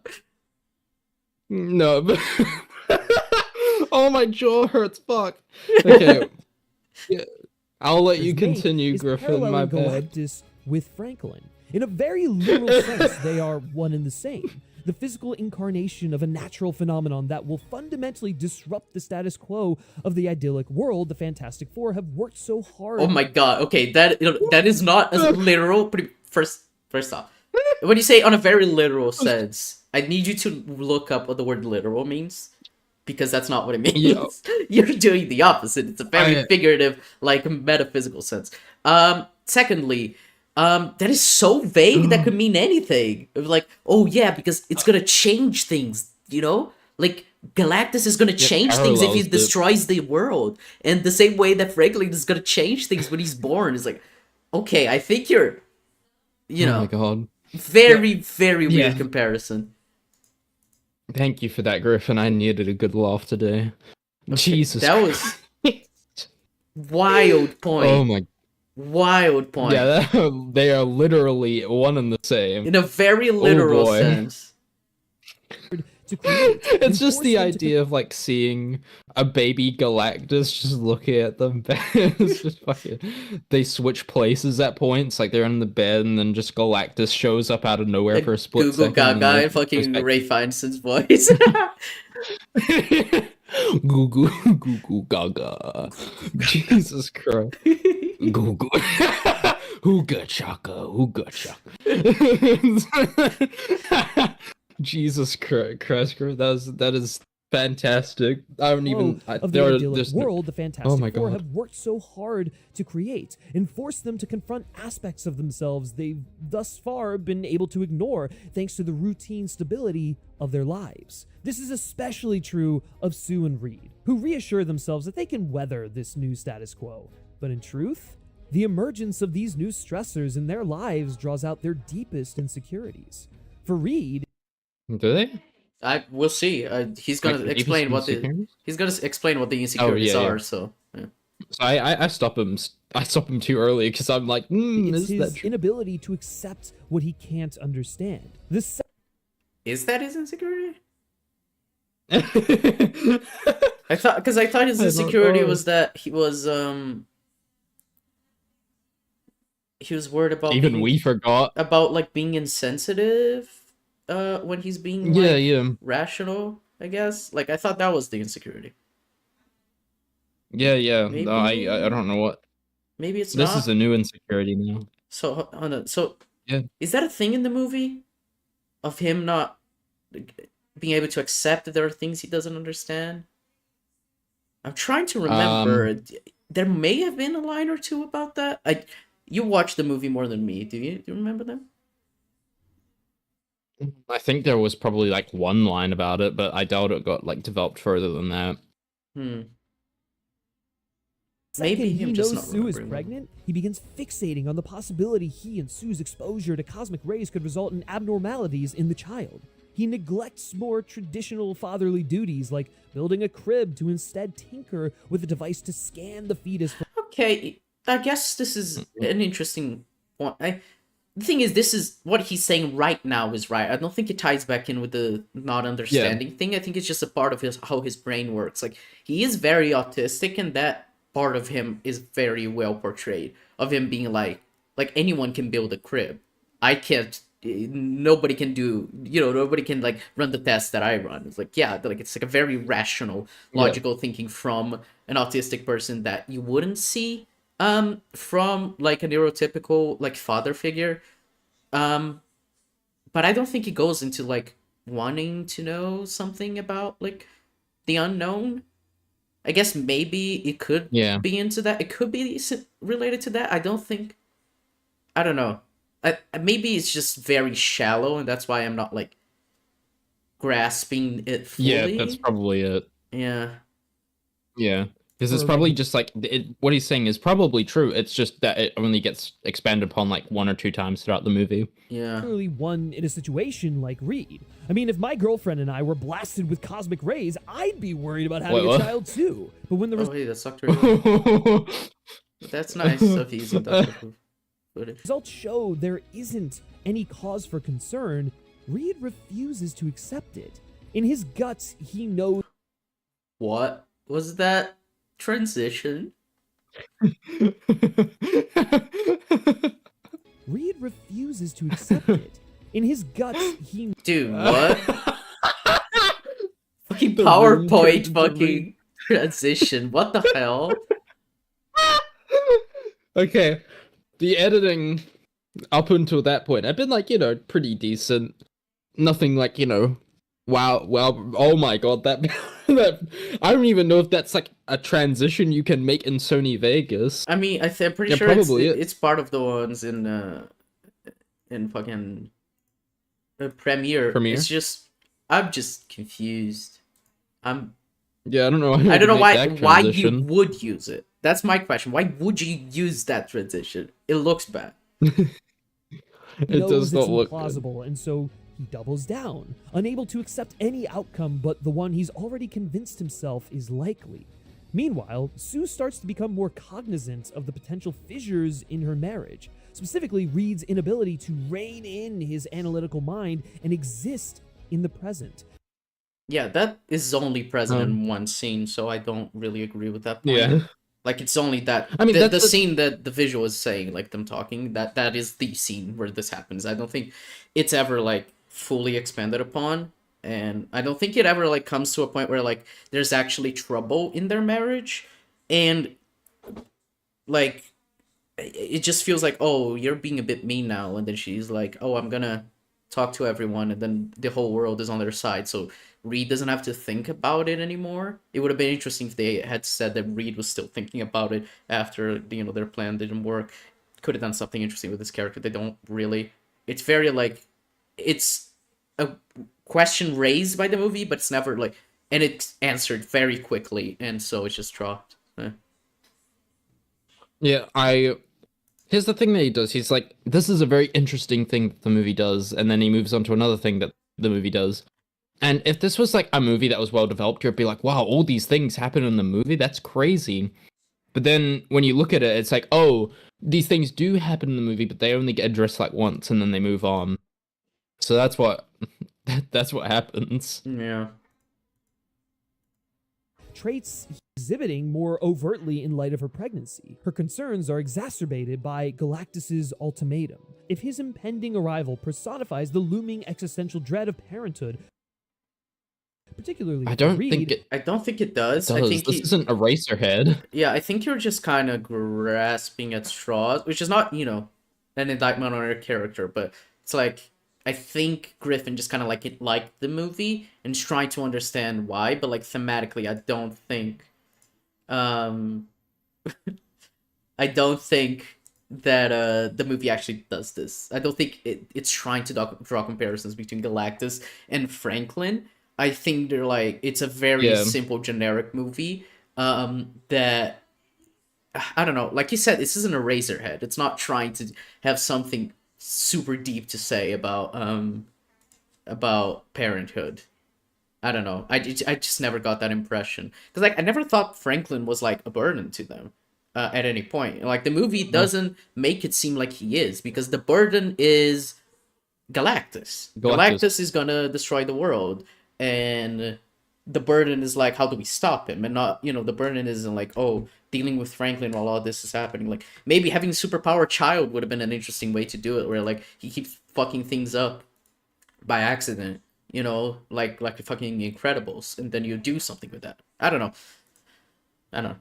I don't think the movie explores this. I think this is just I don't know. I mean, Griffin does this oftentimes where he reads, I think, a little too much into movies. But I don't know. personifies the looming existential dread of parenthood, particularly for Reed, then his offer to spare Earth in exchange for their child, who Galactus believes can be his heir, turbocharges that anxiety. That's not what he's doing. He's not trying to make him his heir. He's trying to fucking eat him because, like, he wants to sustain, like, his hunger for years to come, like, forever, so he doesn't have to eat more planets. Well, I think he's I don't think he wants to eat him. I think he does want to make him his heir in the sense of like passing on the baton so that he can rest, is what he says. So I think he basically wants to commit suicide. It's like, hey, you are gonna be the hungry one, and I'm gonna kill myself. Is that good? I don't think he wants to eat Franklin. At least that's not the impression I got. I thought he was just like, Franklin is gonna take his place, and he will finally rest. I mean, he says rest. I'm pretty sure he means die. But yeah.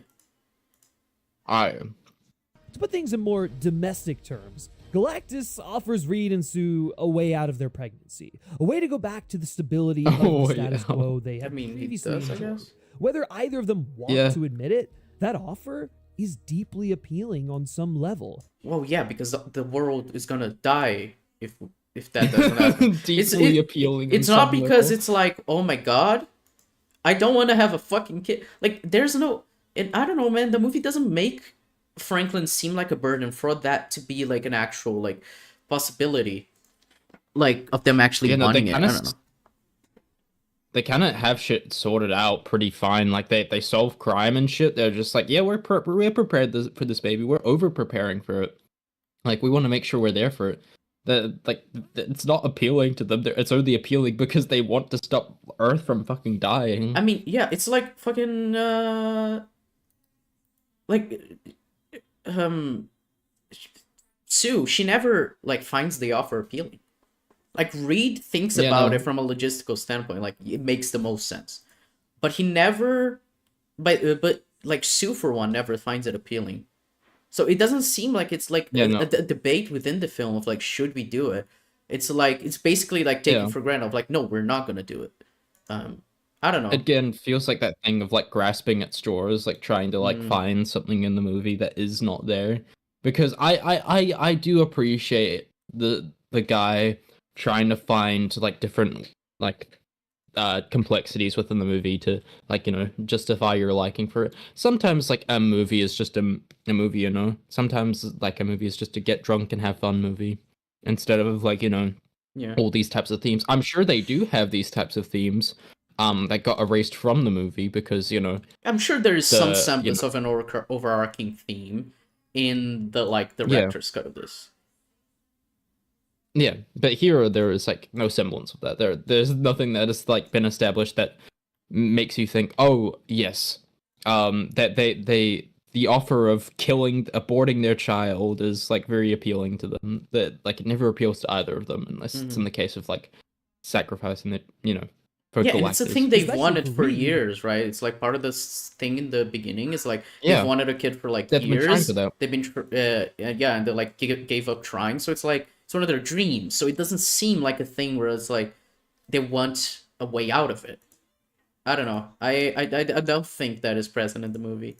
It is interesting though because like obviously when I was talking earlier about the movie, I said that this is a film that is kind of like it doesn't have anything to say. I'm glad that Griffin is giving a perspective of like what he thinks the movie's trying to say, because at the very least I can try to understand the nuances of the film, even if I don't think it's done well, or even like if it does what he's saying it does.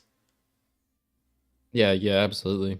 Whether either of them want to admit it, that offer is deeply appealing on some level, especially for Reed, who is almost consumed by anxiety by the time Galactus proposes the trade, thanks to his preoccupation with preempting every possible outcome of the pregnancy. It's not that Yeah, but that doesn't make an appealing offer to them. It's just like anxiety that they're, you know, they may end up with the same problems as they do. Like it's just concern for their son that they don't want him to like, you know, be rejected from society. Mm-hmm. That's not, you know, an appeal of like, oh my son might struggle while he grows up. I might as well abort his ass. Like no, that's not what it's going for. Don't think so. Yeah. At least that's not the impression. I wouldn't have the same thought if that's what I was going through. Reed doesn't want the child, or even that he'd rather they hadn't gotten pregnant in the first place. It's just that the offer, while horrifying to consider, presents an opportunity to regain some normality and peace of mind. And Sue, Yeah, I knowing think we're reading too much into it. It's what Yeah. kids call corn blading.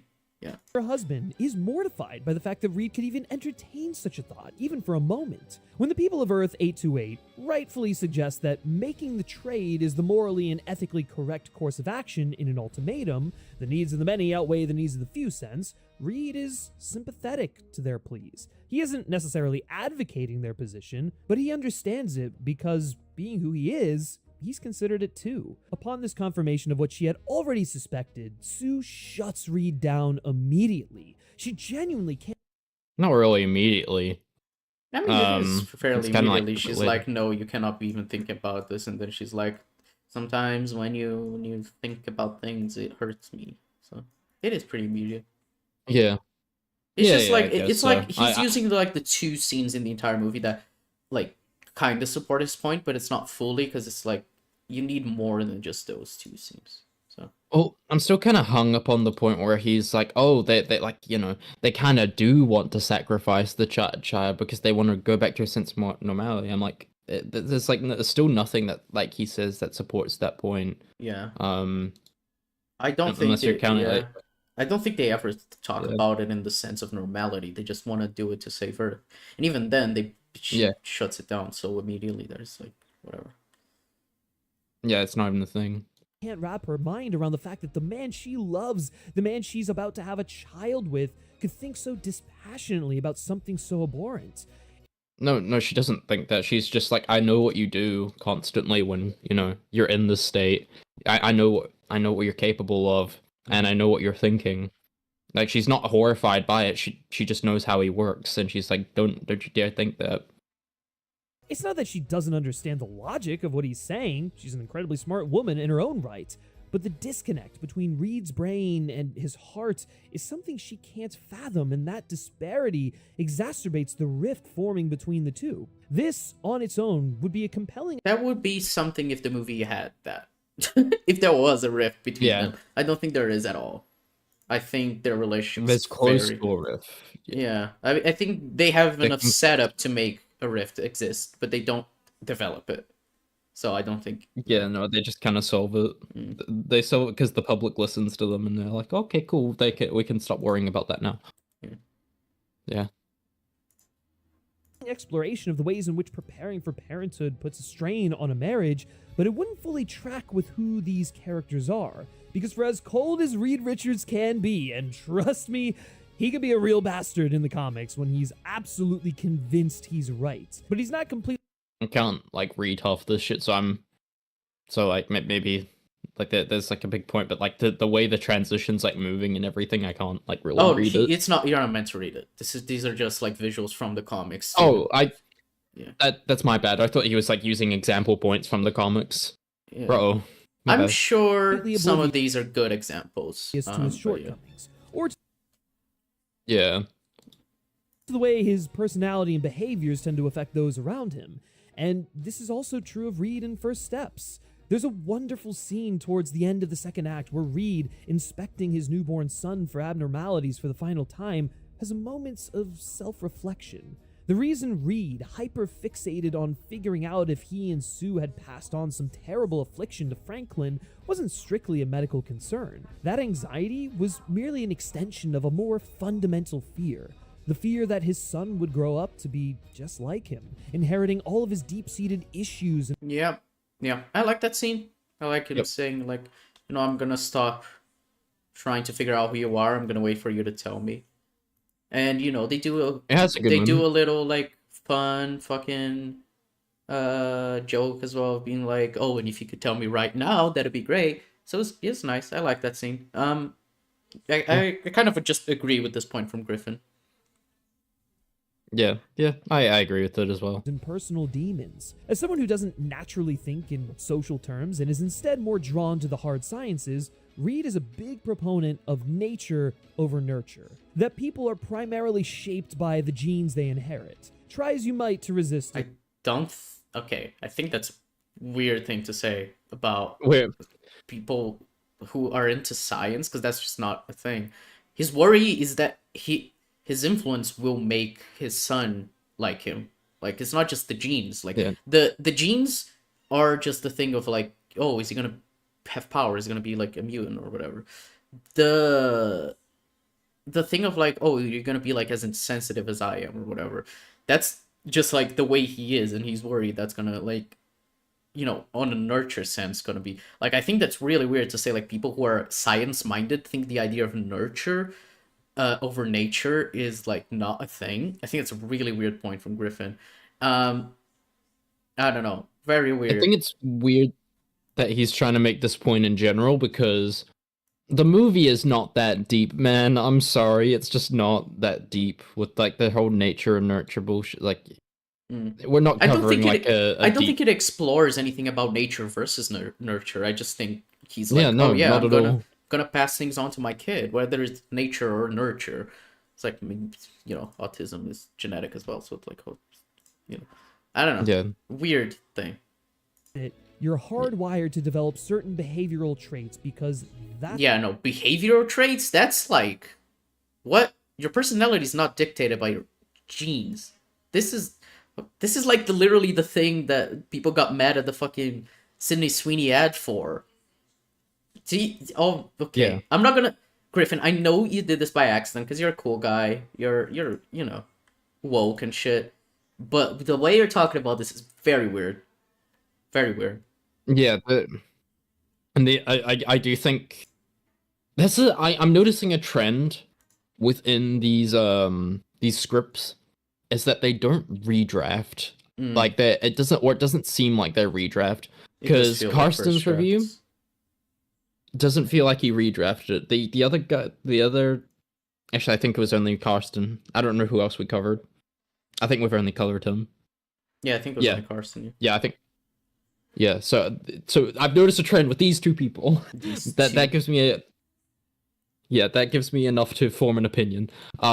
Is that they don't redraft their scripts. They're just kind of like, they're just kind of like, yep, one and done. Time to like move on to the other thing. It makes me angry. It makes me angry that they don't redraft at all. Maybe that's just like my mindset of like, oh, I need to like, you know, redraft a little bit to fix things up. I don't know, I don't know. The apparently being a big YouTuber doesn't mean you have to redraft. Yeah. what was handed is part of your code. So in his mind, his Weird. fear that the cosmic rays may have impacted Franklin are one and the same as his fear that his son could turn out to be just as damaged as he feels he is. And so those two fears feed each other, even in the face of evidence to the contrary. Again, this is brilliantly personified by Galactus, who represents the ultimate bad dad. Oh my The god. The ultimate bad dad. Oh my god. Oh man, I'm so done with this video. Jesus Christ. Oh my god, this is fucking great. I thought he was like gonna leave the Galactus like shit alone, like the Galactus comparisons alone, after he like said, "Oh yeah, they're literally one and the same." No, he's still going. he's still saying that shit. Oh my god. Okay, yeah. kind of father figure Sure. that would undoubtedly turn Franklin into the monster Reed fears creating. Except in Galactus's case, that process is quite literal. Weary of his endless hunger, Galactus sees Franklin's genetic potential to take his place as the devourer of worlds. Unlike Reed, Galactus wants an heir to inherit all of his worst traits, to embrace every destructive impulse. Okay, within that is a himself. good comparison, to be fair. I think that is... yeah, I think it's a good comparison. I think it's a point that could be made about the movie. I don't think the movie necessarily saying that, but if you took this away from the movie, I think you have a point. That he'll become a cosmic horror and take Galactus's mantle so that he may finally rest. But what Galactus seemingly understands that Reed doesn't is that a genetic predisposition isn't the only determining factor in how a child turns out. Sure, Franklin's genetics predispose him to become like Reed or Galactus, but that disposition... Like Galactus? What are you talking It's Jesse, what the fuck are you talking about? about? Like Galactus. Galactus is not his dad. Is he? I don't know. Needs to be nurtured. It's why Does that mean if you're like a hunger god, does that mean you just inherit the personality of Galactus? Or like, oh, what is he talking about? wants to claim the child in his infancy. He wants to raise the boy. Teaser and mold con. him Yeah. Sorry, I'm looking at the watermark. Yeah. into an heir. This reflects Sue's view on the matter. Unlike her husband, she falls more into the camp that it's nurture rather than nature that... Okay, yeah. Jesus Christ. I'm so tired of this video, sorry. I'm just so tired because it's like, it's not a thing in the movie, nature versus nurture. It's kind of really aggressive. Yeah, no. He's not grasping, he's digging for straws right now. He's fucking going down to the mines and trying to find straws in the mines. Oh my god. has the greater impact on who we become.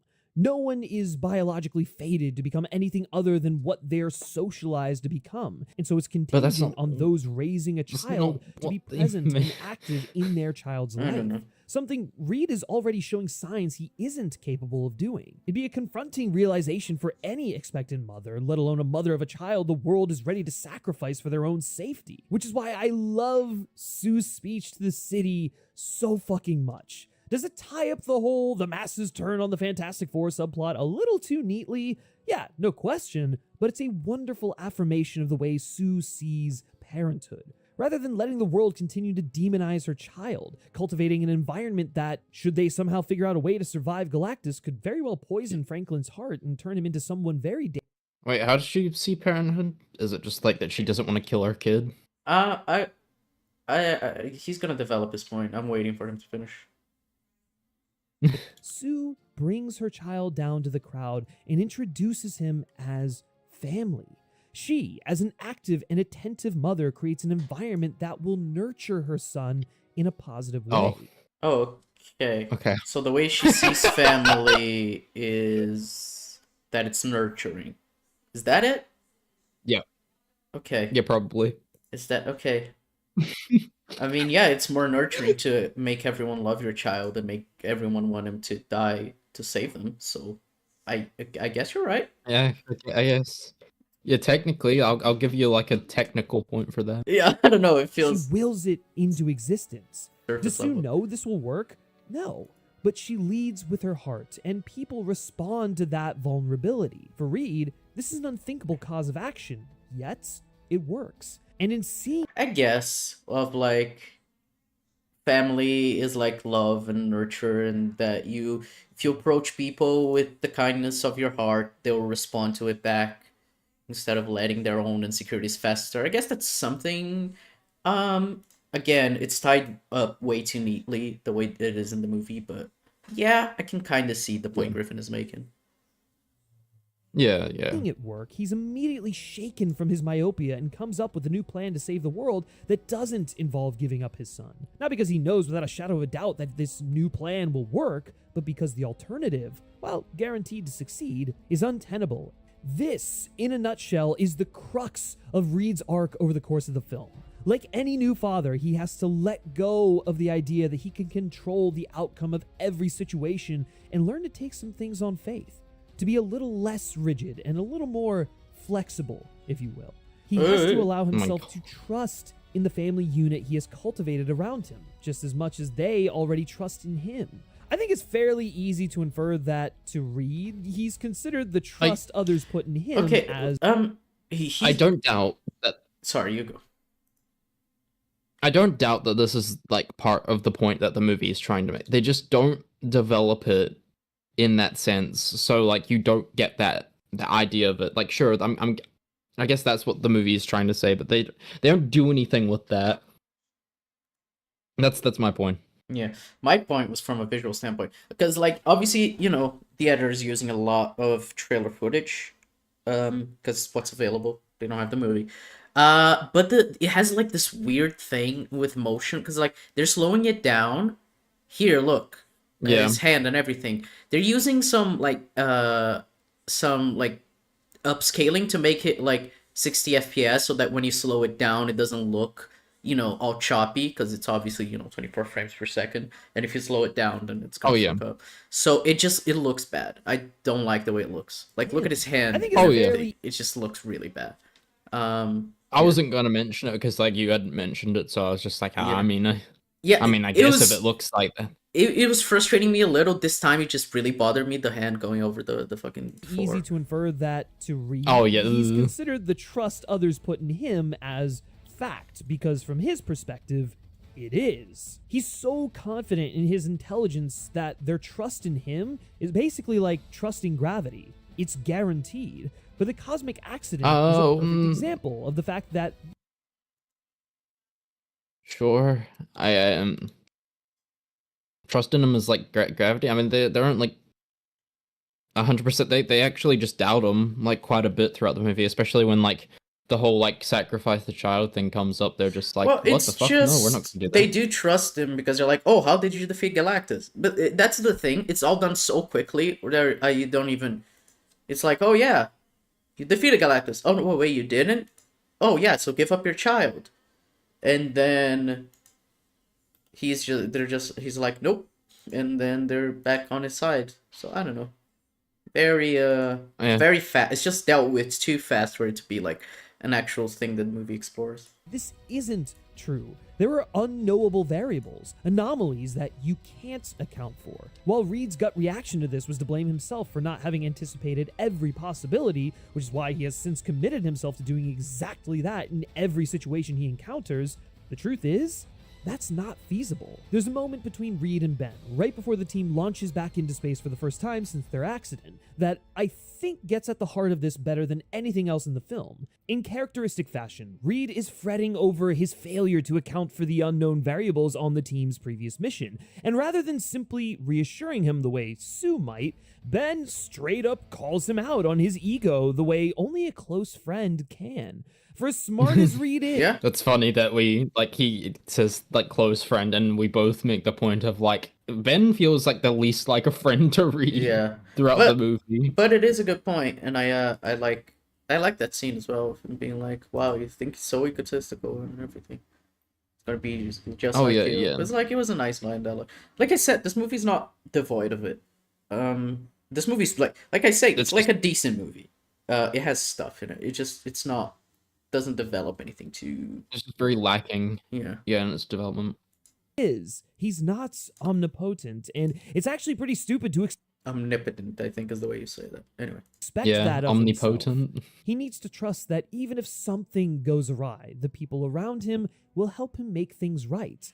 They just have to care about something bigger than themselves, which is another big through line of the film, is people learning to give a shit about something other than their own ego. This is another reason why I really love the scene where Sue addresses the public. She's making a plea to the world to give a shit about something greater than themselves, to use their own empathy and fear as motivation to do something about their current predicament.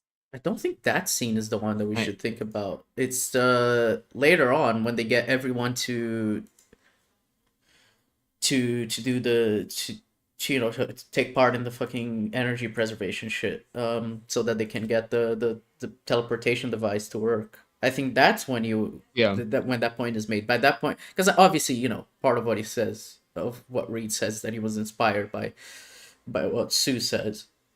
And it is making kind of a point about, caring about something bigger than yourselves. Well, like saying that like her child is bigger than these people is kind of a weird statement.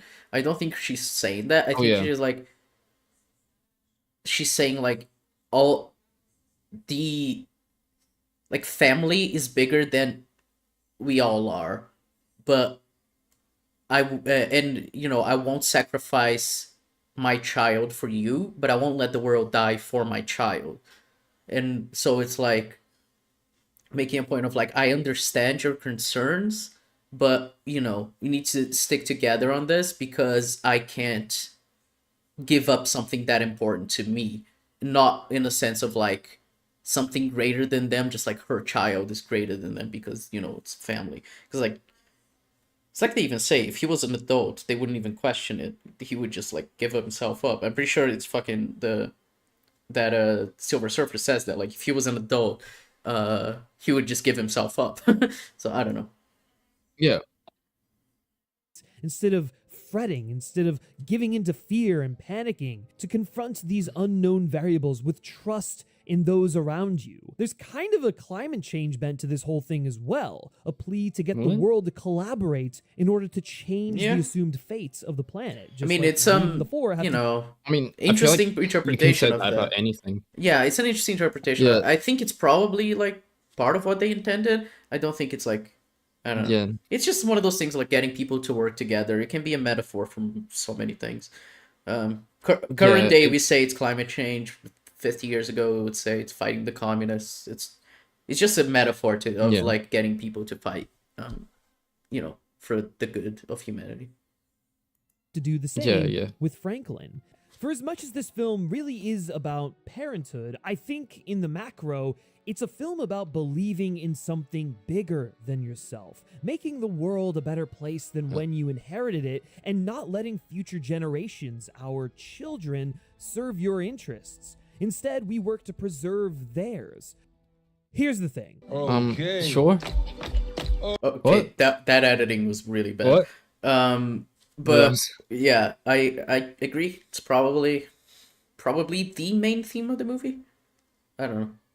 Yeah. It's just, again, not developed very Yeah, well. It doesn't underdeveloped, really go yeah. into it that much.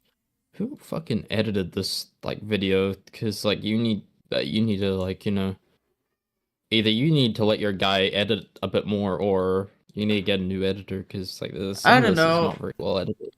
I don't know. I don't think it's like. It's not terrible. Like, it's a fine. It's fine. It's not badly edited. It's just I usually with Griffin, because I know this, he gives like some insane deadlines, and having to edit with a fucking like the movie isn't out, so you have to use a bunch of trailer footage. I kind of get that. So yeah. Oh yeah, I assume it would have been like some insane deadline, because either it's an insane deadline or it's like, you know, bad editing. And if it's an insane deadline, then yeah, it makes sense. Here's the thing. Okay. You just need to. You could Although just Ben put and Johnny the both thing have of their the own the things going thing. on throughout Yeah. the film, they primarily serve to support Sue and Reed's story in this way. However, they also function as a contrast to the central couple in certain ways, particularly as it pertains to Galactus. Although not burdened by his powers the same way Ben is, Johnny is uneasy with the status quo the team has settled into. A hotshot astronaut by trade, Johnny is called to the stars, so much so that he's made it his personal mission to convince Reed to fashion new spacesuits for the team. However, Reed's unwillingness to put his family in another precarious cosmic situation has stymied that ambition. Not really. He's like, yo, I need you to make spacesuits, and he's like, okay. And then the next scene, he's like, I made you some spacesuits. Well, it's weird because the movie kind of does it fast. Yeah. But he does say like, oh, you know, oh yeah, the designs of these suits that you drew up, they're 4 years old. They're collecting dust. It's like, okay. And then he makes them because they need to go into space to talk to Galactus. I wish they'd gone more into Reed's unwillingness to risk their family by maybe having a scene of him saying that Sue shouldn't go because she is pregnant. Like, that would have been the easy way to develop that. Maybe she insists to go, and then she, you know, has the kid on the way, and that just exacerbates his fears. Like, so many things you could do with that. The movie doesn't, so it's just not developed. But it is a thing in the movie. Like, what Griffin is saying is true, is just not well developed, which is like what we've said for half of this video, so. Willingness to put his family in another precarious cosmic situation has stymied that ambition.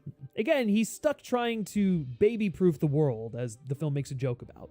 So, as a result, Johnny's new status quo is earthbound, a fact that has left him deeply frustrated, particularly because Reed won't even dignify his attempts to alter that with an honest conversation, frequently and patronizingly dismissing Johnny's feelings. One attempt, I think, in the movie. Yeah, I think mean, they it's implied that he's others. I was gonna say, I think they reference that he made more than one, but yeah. It's again the type of thing like the movie just says something happened instead of showing you. So. Yeah, because like the bot is like, oh yeah, your 2 o'clock is here. He's like, what 2 o'clock? And he's like, oh, that 2 o'clock. Which like kind of implies they've had that conversation before. Not really, you know. It's whatever. Similarly, Ben longs for the kind of normalcy of his old life, but his cosmic condition doesn't allow for that. So his new status quo is that of an outsider, someone who never feels a sense of belonging, even in his old stomping ground of Yancey Street. And so, to get by, Ben's put up walls around himself. I mean, none of this is true at all. That's just not in the movie. I think maybe the movie wanted to make this point, but it didn't develop it, and it seems like everyone just kind of loves him. So. Yeah, everyone loves Ben. Everyone's like, yo, say the thing. It's clobbering time. It's clobbering time.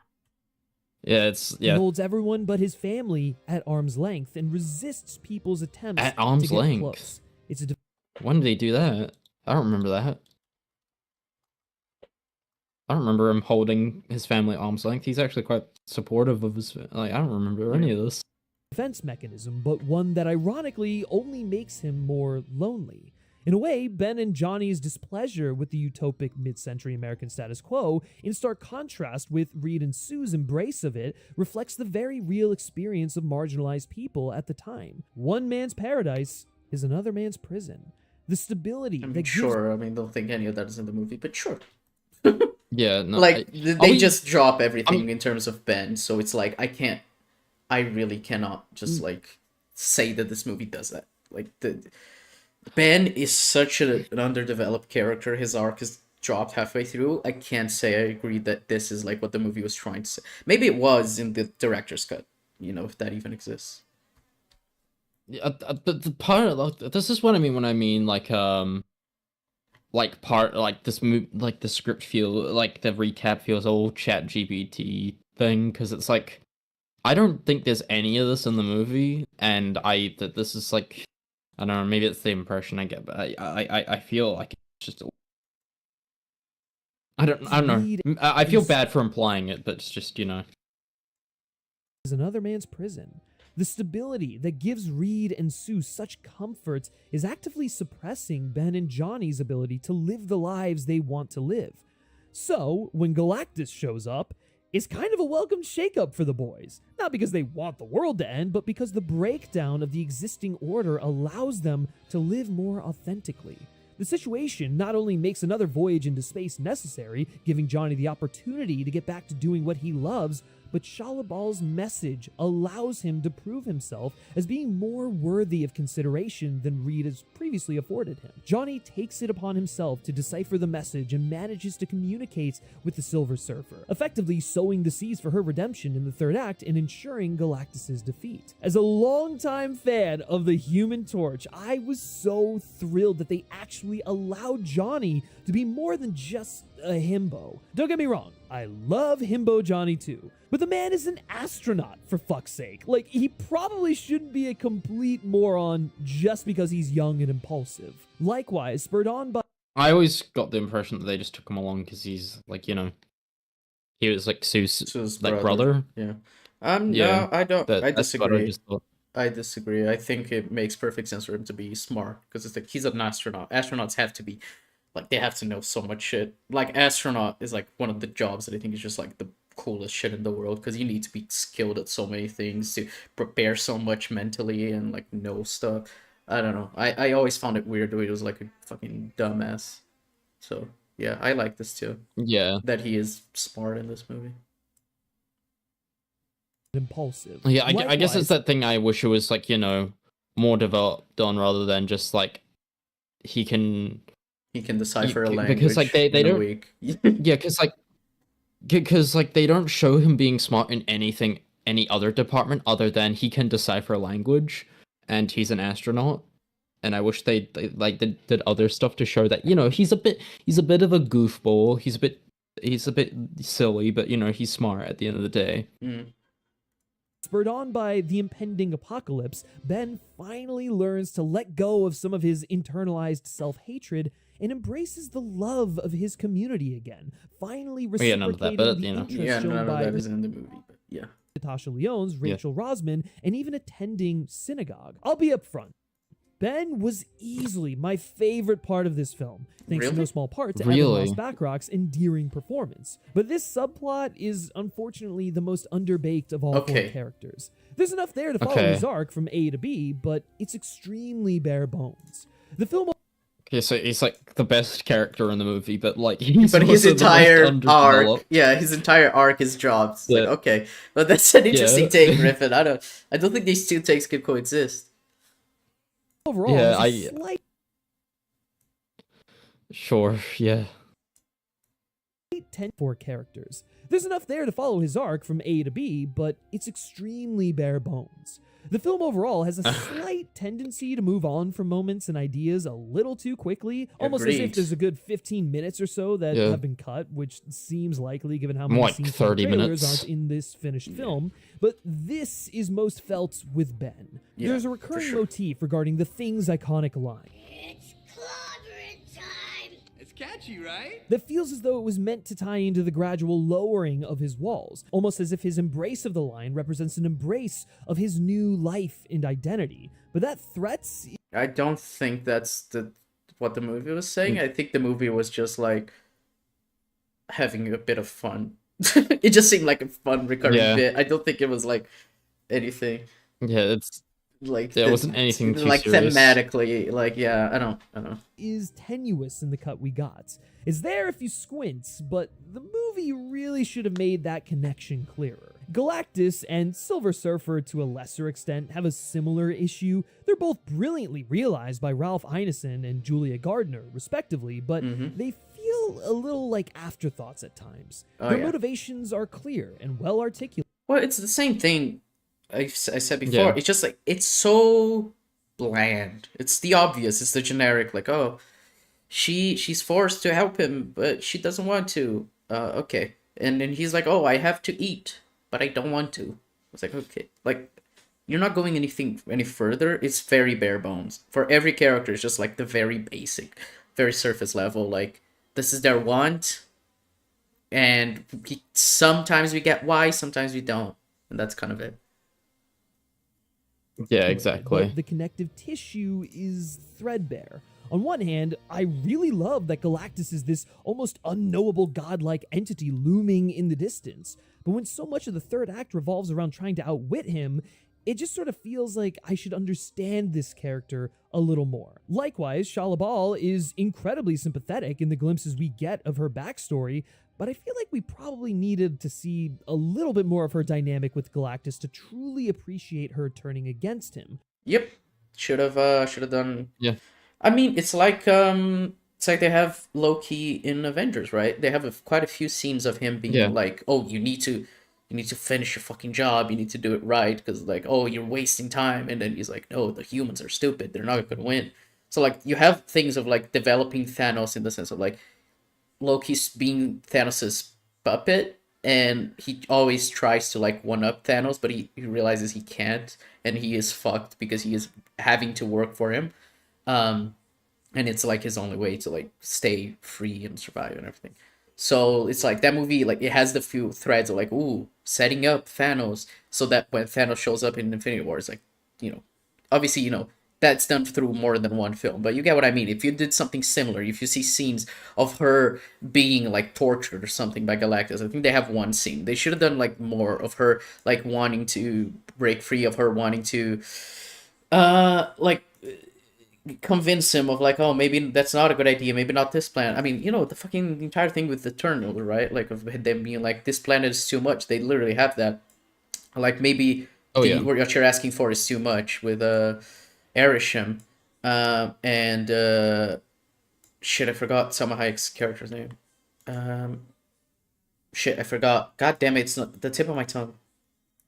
Yeah. I have no idea either. Fuck. I We'll watched just that say movie character. recently, yeah. But yeah, Salma Hayek's character, you know what I'm talking about. There's some deep resentment there, but we never get to see much of her suppressing that in the face of his exploitation of her, nor do we get to see the moment she breaks free. The scene between her and Johnny in Times Square is exceptionally well executed, but it feels like I don't think missing so. a beat. I think the movie rushes it, and it feels very much like telling, not showing. It's like, oh, I figured out your past. You also gave yourself up to save everyone. It's like, okay. And then they show the fucking flashbacks. It's not enough to have the dialogue. It's so boring. Oh, yeah. Between that and her sacrifice in the finale. I think it's a testament to how well these characters are drawn that I'm left wanting more, but it probably shouldn't be because they were underserved by the narrative. That being said, I do really love how she's a mirror, literally and figuratively, to Johnny. Shackman uses a first contact framework with Johnny reaching out to communicate in order to get Shala Bal to feel the gravity of what she's doing. That she may have selflessly done what she did to protect her child and her planet, but it came at the expense of other planets. So was it really the right choice in the end? I mean, yeah, obviously it wasn't. I mean, even she knows that she knows that it's a bad thing. She just doesn't have a choice. Yeah, it was like, well, I wanted my kid to be alive. I don't know. I mean, they're doing the same Yeah. thing, wanting the kid to be alive and risking the entire world for it. So I don't know. They kind of do the same Yeah, thing. I don't know. I think that is also Yeah. underdeveloped. I can kind of see the threads of what he's saying, but I think it's it's again just underdeveloped. yeah. Johnny's mindset is to find a way to stop Galactus from doing this to other planets. If the whole universe is just Earth on a larger scale, then Earth... I mean, their plan literally was to let him keep doing things to other planets, but save Earth. Yeah. Because they literally were just gonna teleport Earth away. Do you think he was not gonna like keep eating planets in the meantime? Like they don't try to kill him. Yeah, they just want to get away from him because they know they can't really beat him. Yeah, so and it's what they do. They teleport him away. So it's like I don't know. They still let him still eat gonna planets. keep eating things. Yeah, Yeah. like Earth they is literally the- do the same thing as Shalabal did.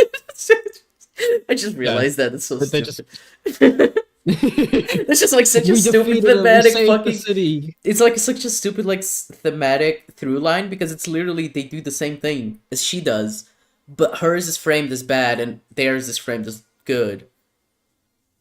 Yeah, except they just more or less push him out rather than bargain with him. Like Yeah, he's still gonna eat planets. He's just like gonna take a just long not time gonna to get to Earth. to and by Earth. that Yeah, time- just to Earth specifically. Yeah, but he's still gonna eat planets. Yeah, exactly. I don't really, it's just weird. the empathetic tether to do what's possible to stop the force of nature instead of submitting. Shalabal may have sacrificed herself and saved her daughter and planet, but she also inadvertently abandoned them, orphaned her child. I think Johnny's so caught up in being a martyr, doing something that matters for the collective good, similar to Shalabal, and making the sacrifice for his nephew, that he doesn't realize he's almost doing exactly what his parents did when his mother died and his father was distant. The whole point is people learning from their parents in order to be better, not... I mean, I wish that was in the movie, but it kind of isn't. Like I it's didn't mentioned even again remember. once. Is their parents thing even mentioned in the movie like at all? I think the parents thing is mentioned once. Like, like my parents died in a car crash. Yeah, it is mentioned once. I remember this. But I don't. Yeah, I don't think they expand upon it any further than that. I think part of it is that she was also helping him eat plants very directly. Yeah, that's part of it. Again, they don't really do anything to stop Galactus. It's more of just like they just put him away so he can start eating planets. Except they act as if that's like a victory, despite the fact that was like what they were pressing themselves upon earlier. Like, oh no, we have to stop Galactus and everything. The same. Shalabal telling him that it's not his sacrifice to make is the whole thing he can't grasp until the end. He's needed here. His nephew needs him. It also beautifully ties into the film's core of one life being as important as the rest. It doesn't matter if Franklin survives. If Johnny is exiled or dies, then it's no different. His life is not less valuable than Franklin's. He yearns for something greater, looking to the stars as the answer. He wants to get lost in the cosmos, only to realize that there's something worth grounding him at home. I really wish that was in the movie because that sounds like an interesting idea. Yeah. I did not get it that from feels- Johnny's character at all.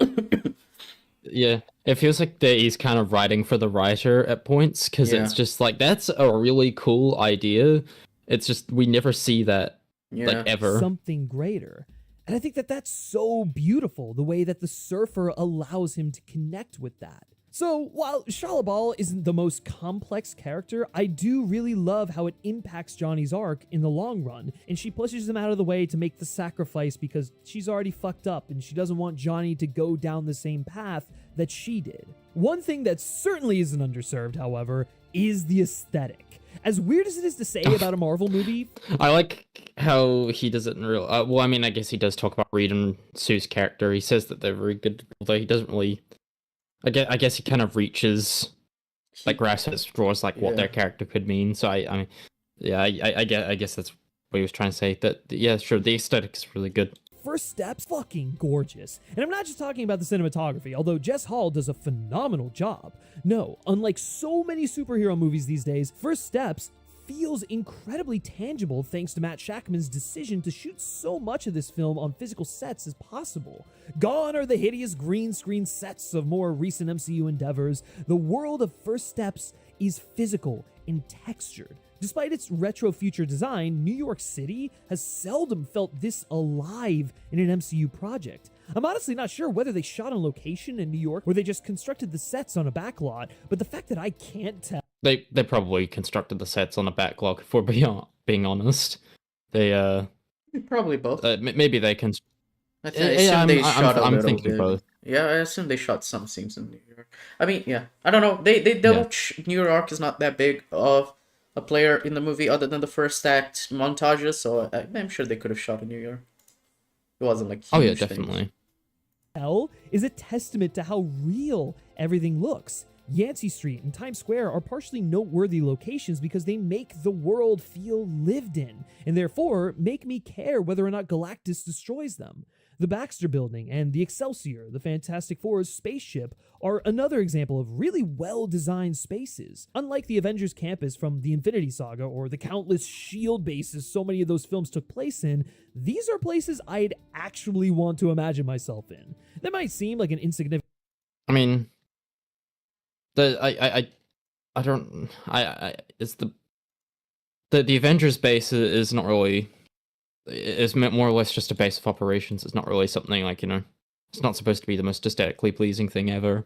I mean, yeah, the Baxter Building is like their home, right? So it makes sense to be more aesthetic. It's weird that he's like, oh, this is a place I'd want to live in. Like, yeah, obviously you wouldn't want to live in the Avengers headquarters. That's kind of their headquarters. They're not making it to be. No, the Avengers headquarters from Age of Ultron, I think they imply that people do live there. Oh shit. Damn, that's so I forget everything from Age of Ultron, I swear to God. Seem like an Clearly I insignificant don't thought, own but an air these fryer. movies are meant to be fantasies, so it helps when that fantasy takes place in an appealing location. Agreed. Honestly, Earth 828 is just such a well-realized world overall. The space age Jetsons vibe of the mid-century modern designs have so much character, while the sleek retro future tech is instantly iconic without ever feeling like a caricature of the real-world era being homaged. Hell, Agreed. I wish we did get to see more of that, those ads for like future tech shit, because I think we saw it like a couple times and they don't really do it again, and I kind of miss that. I kind of like the Fallout vibes of like seeing these like really weird ads, like the fireproof underpants or whatever, on one of the billboards. Like that was really cool. I wish we got to see more of that, because I think it just makes things more pleasing to look at as an audience member, because if you look away from the characters, you might see something cool, but they don't really do it that often, so it's kind of just a thing where it's kind of disappointing me. But when they do it, it's really cool. even Subterranea is exceptionally well designed. The Greco-Roman architecture of the ruins that comprise the underground city implies so much history without overburdening the story with pointless lore. And just as a quick aside, I need more of Paul Walter Hauser's Harvey Elder immediately. Just what a great spin on that character. If you told me ahead of time that fucking Mole Man would be a highlight of the film, I'd have blinded you right there on the spot. But lo and behold, I don't remember Mole Man. I'm gonna be honest here. He was fine. I don't know. He had like one scene of dialogue, and he was like, "Oh," he was like poking fun at Reed, and it was kind of like, "Oh, okay, I guess they don't like each other, and he likes Sue, and that's kind of it." And then he's just going along for the ride. If the first act had actually worked, not done a montage, and actually tried to develop him and his relationship to the rest of the Fantastic Four, that could have been interesting.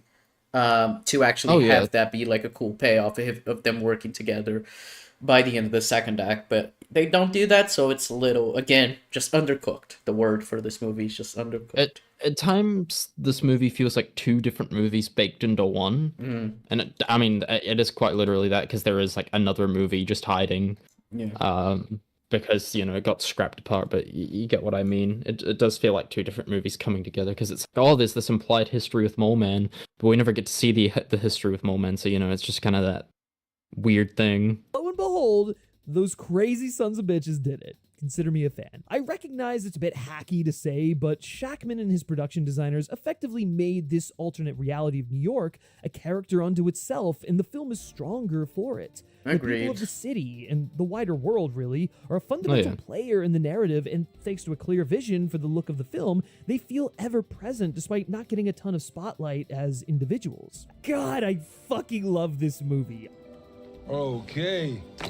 Like, okay, we don't need to see this again. Good or what? I mean, I guess it shouldn't come as a surprise considering the fact that The Incredibles is one of my favorite movies of all time. So maybe it was just, you know, I was waiting for something to scratch that itch in live action, but not since Captain America: The First Avenger have I been so head over heels desperate to rewatch an MCU movie. And it's probably because... Really? Yeah, Not since 2011. Okay. You're not Guardians of the Galaxy. Fuck that movie. Not Avengers. That movie does not deserve like, to be. What? You're not Avengers. Not Endgame even. Endgame was a movie I saw more than once in theaters because that experience was monumental. Fantastic Four is the movie to put that on the DVD box set. I don't even mind that. I just like since 2011. Like, okay. Yeah, 14 that's years. Wild. Yeah. Like, okay. Yeah, it's yeah. I don't know. And even Captain America is like, I like that movie. I think it's pretty good. But like saying that movie's what you rewatch all the time? Like, really, that movie? Yeah, I rewatched like Fantastic Four practically immediately after I saw it because I mean that was the only time I could see it. Maybe that was just me. But I had no desire to rewatch it. Maybe because I was going to see it again so quickly because I was planning on it. But I just ended up never doing it because I had other things to do, man.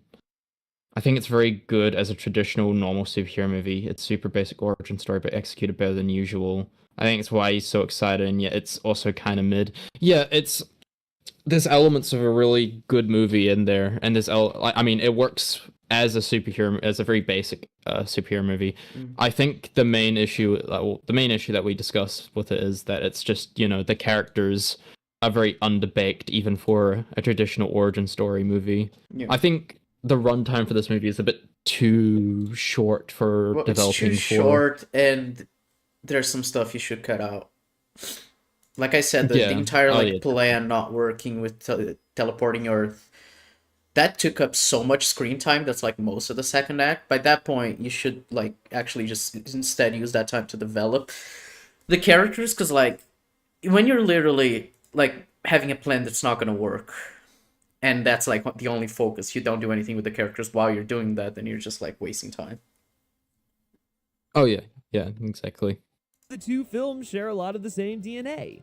At the start of this video, I suggested we do a wellness check on Kevin Feige. And although I made it sound like First Steps was the lights at the end of the tunnel for Marvel Studios, I still think a wellness check might be in order. Because unfortunately, the Fantastic Four First Steps might actually be a little too good. And no, that's not me trying to spin what should be an unqualified win for Marvel into a loss. It's just that the thing that, above all else, makes First Steps feel so exciting and fresh when compared to its contemporaries, including movies I love like Thunderbolts, is its autonomy. Thanks for the decision to I do agree with that, to be fair. It's a good point. Like, the movie is unrelated to the larger MCU, and it's part of why I was actually interested in watching it a little bit. I mean, I only watched this movie because you made me, Rob. But it felt more interesting, and it's why I watched this movie, but I haven't seen Thunderbolts. Because it is not part of the MCU, because it doesn't have that burden of like, oh, we need to be part of the same universe. It's just like it can establish its own thing, and it does something way more fun with the world building than if it was just like in the MCU and trying to make sense of like how they're going to be part of the same universe. So yeah, I agree with this point from Griffin. Oh yeah, definitely. Set the film in an alternate reality rather than the main universe of the MCU. First Steps is the first Marvel Studios film in a very long time to be legitimately self-contained. There are no cameos, no allusions to the wider Marvel universe, no There's a cameo at the end of the movie. It's Doctor Doom. Yeah, and the it's mid-credit hinted scene, the he's gonna- actual movie Yeah. doesn't have it.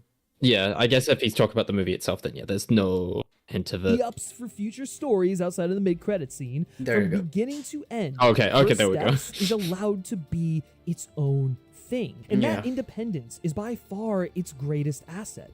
Agreed. Unbound from the extensive and tightly interwoven lore of the Marvel Cinematic Universe, the film is free to be anything it wants to be, and I think that's why I'm kind of disappointed by it, because it doesn't do much with that, you Yeah. know. I Like, mean, it other can than be the anything aesthetics and it everything. wants, but it doesn't do anything too interesting with the story, other than the Yeah. aesthetics, like you said. So yeah. that freedom shines through in just about every creative decision, from the 1960s retro future setting to the simple fact that the Fantastic Four themselves are positioned as the only heroes in their world. Stepping into a universe filled with superhumans can be exciting. It's quite literally the whole reason the MCU popped off in the first place. And just this month, James Gunn showed us that, if done with care, the presence of other heroes can actually enhance the standalone story and Yeah, I think that's partly why it also like doesn't work for me as well, because it's like right next to Superman, and Superman's just a good example of how you develop those characters, especially Superman himself. Yeah. I think it's partly poor timing on the movie, because like Superman's making a lot of money, and if Fantastic Four was the only superhero movie out right now, I feel like it'd be making a lot more money. But Yeah. as we can see, on its second week, it's like an 80% drop off. That's fucking crazy. That is like usually there is quite a big drop off on the second week, because you know it's natural, but 80%, that's fucking wild. So yeah, it is partly due to Superman being like being as good as it is and being such a conversation starter, compared to Fantastic Four, where you're probably gonna mention it next to the office cooler for like 2 seconds and then continue talking about Superman. the significance of the lead character. But after years of ever-increasing interconnectivity, the MCU has inadvertently diluted the individual impact of its characters. To quote the villain of the best Fantastic Four, He uses Marvel Zombies as an example, and that's No, another one that's not going to be interconnected. Yeah, he's just he was just flashing a visual of the stuff yeah. that Marvel was putting out this year. It's not he didn't think like, oh, Marvel Zombies. He was just like a visual from like an announcement trailer or something. Oh yeah, At yeah. this point. And when everyone's super, no one will be. And this, above all else, is why First Steps feels like such a goddamn breath of fresh air. Unlike just about any other MCU movies released after Phase 1, Matt Shakman and his team transport the audience into a world where there's no one else quite like the Fantastic Four, and as a result, their presence feels truly special. Something as simple as watching Reed, Sue, Ben, and Johnny use their powers during the film's opening montage becomes breathtaking, because the story frames these as incredible feats within the reality of the film. The inhabitants of New York City are constantly awestruck by these characters and their super heroics, and as silly as this may sound, that awe is contagious. Agreed. It radiates through the screen and you feel it. The MCU hasn't been able to credibly conjure authentic wonder in a really long time. Yeah, I agree with this. I think I think they make the Fantastic Four seem super special. Like, they actually seem like the entire world looks up to them because of how powerful and interesting and unique they are. Whereas the rest of the world, whereas the rest of the MCU is just like not that unique, because everyone has powers. Oh yeah, definitely. I mean, it's kind of a joke within the MCU that everyone kind of has powers. Yeah. Because it's a joke of like, who are you again? Like when talking to like lower tier superheroes like Ant-Man or Spider-Man or something like that. Like who are you? Like it's a lot more interesting when it's done with like a superhero team that's actually standalone, no one else in there. They're their only hope. Yeah. It's I don't know. I find that a lot more cool. Yep. So the fact that First Steps was able to do it so effortlessly is a real treat. I wouldn't But it's say also a effortlessly, but depressing it was done well. reminder of why the MCU has lost its luster.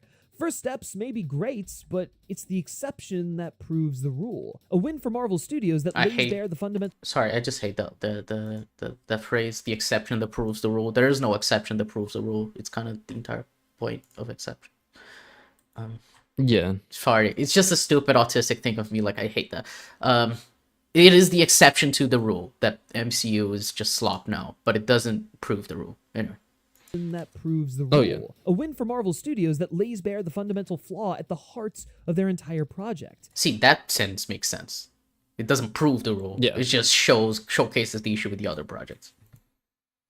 That the Oh, yeah. emphasis on interconnectivity that made the MCU a cultural juggernaut is now what's holding it back. First Steps being so uninvited and soaring as a result is the proof. I mean, shit, this is the first Marvel film, and as long as I can remember, that got my parents excited. They went, they saw the movie, they loved it, and they are sick of these things, but they loved how singular, how isolated it was, how it was just hell-bent on telling a really good story with cool aesthetics and compelling characters, and it was a great time. So where does Marvel go from here? Well, if I were Kevin Feige, it immediately starts with rethinking my declaration that Doomsday and Secret Wars won't be a reboot.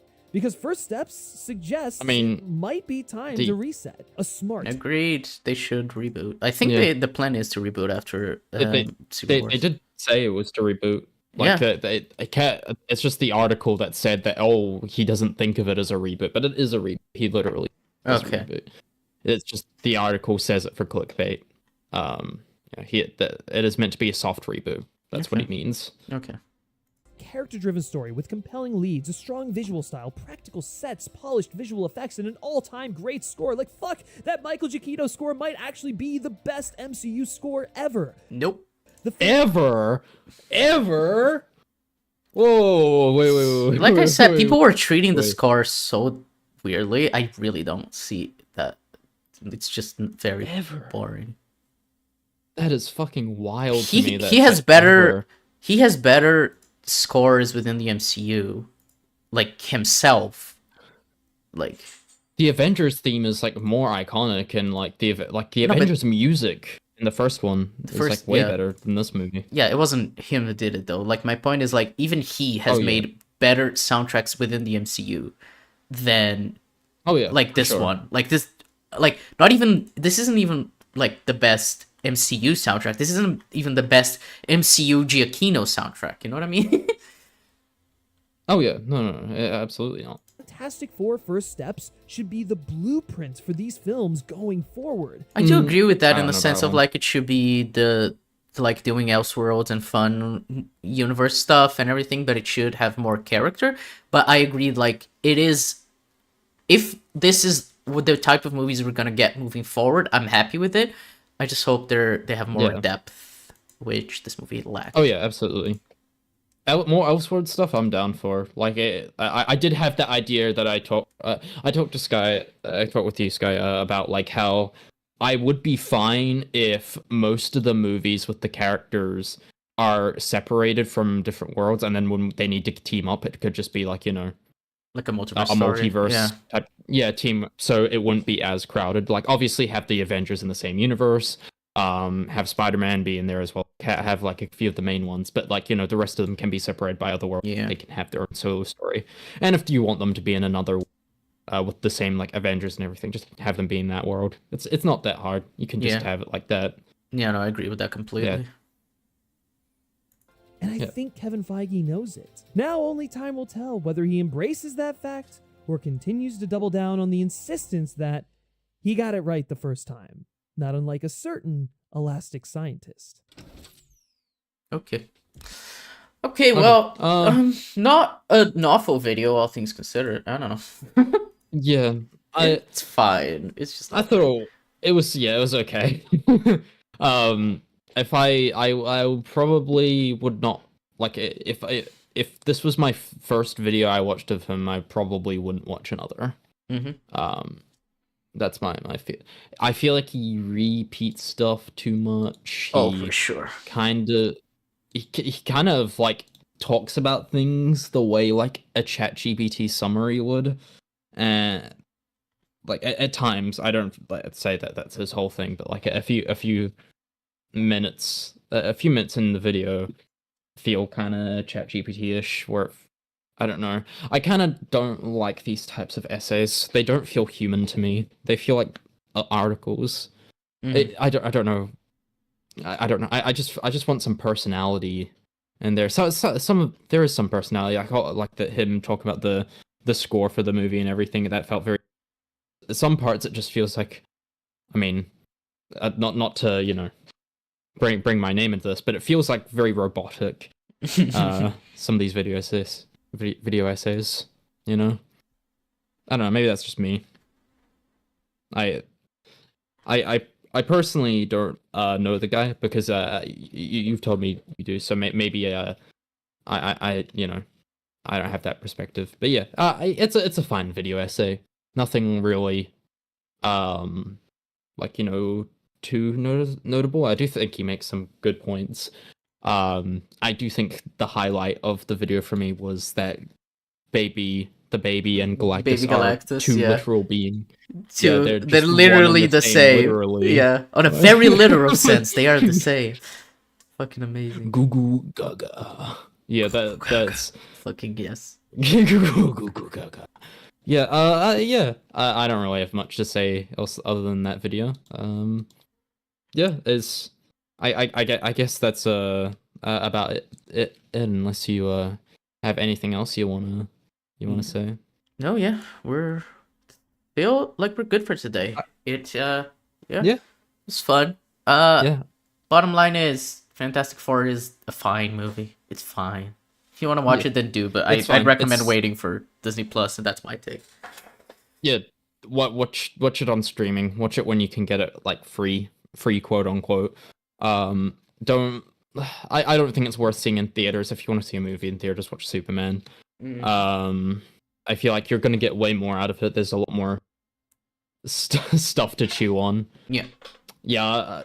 You're a few hours too late, Red. Sorry about that. But yeah, we'll catch you all next time. Don't know what we'll be covering next time since there's not anything really of note coming out. If I have that we're correctly. Gonna need to choose something to cover. We'll see. Yeah, we'll see. You'll know for next time. You'll get a notification. So thank you all for watching the stream. Thank you, Sky, for joining me. I mean, as always. And yeah, we'll see you in the next stream when we see you. Have a good one.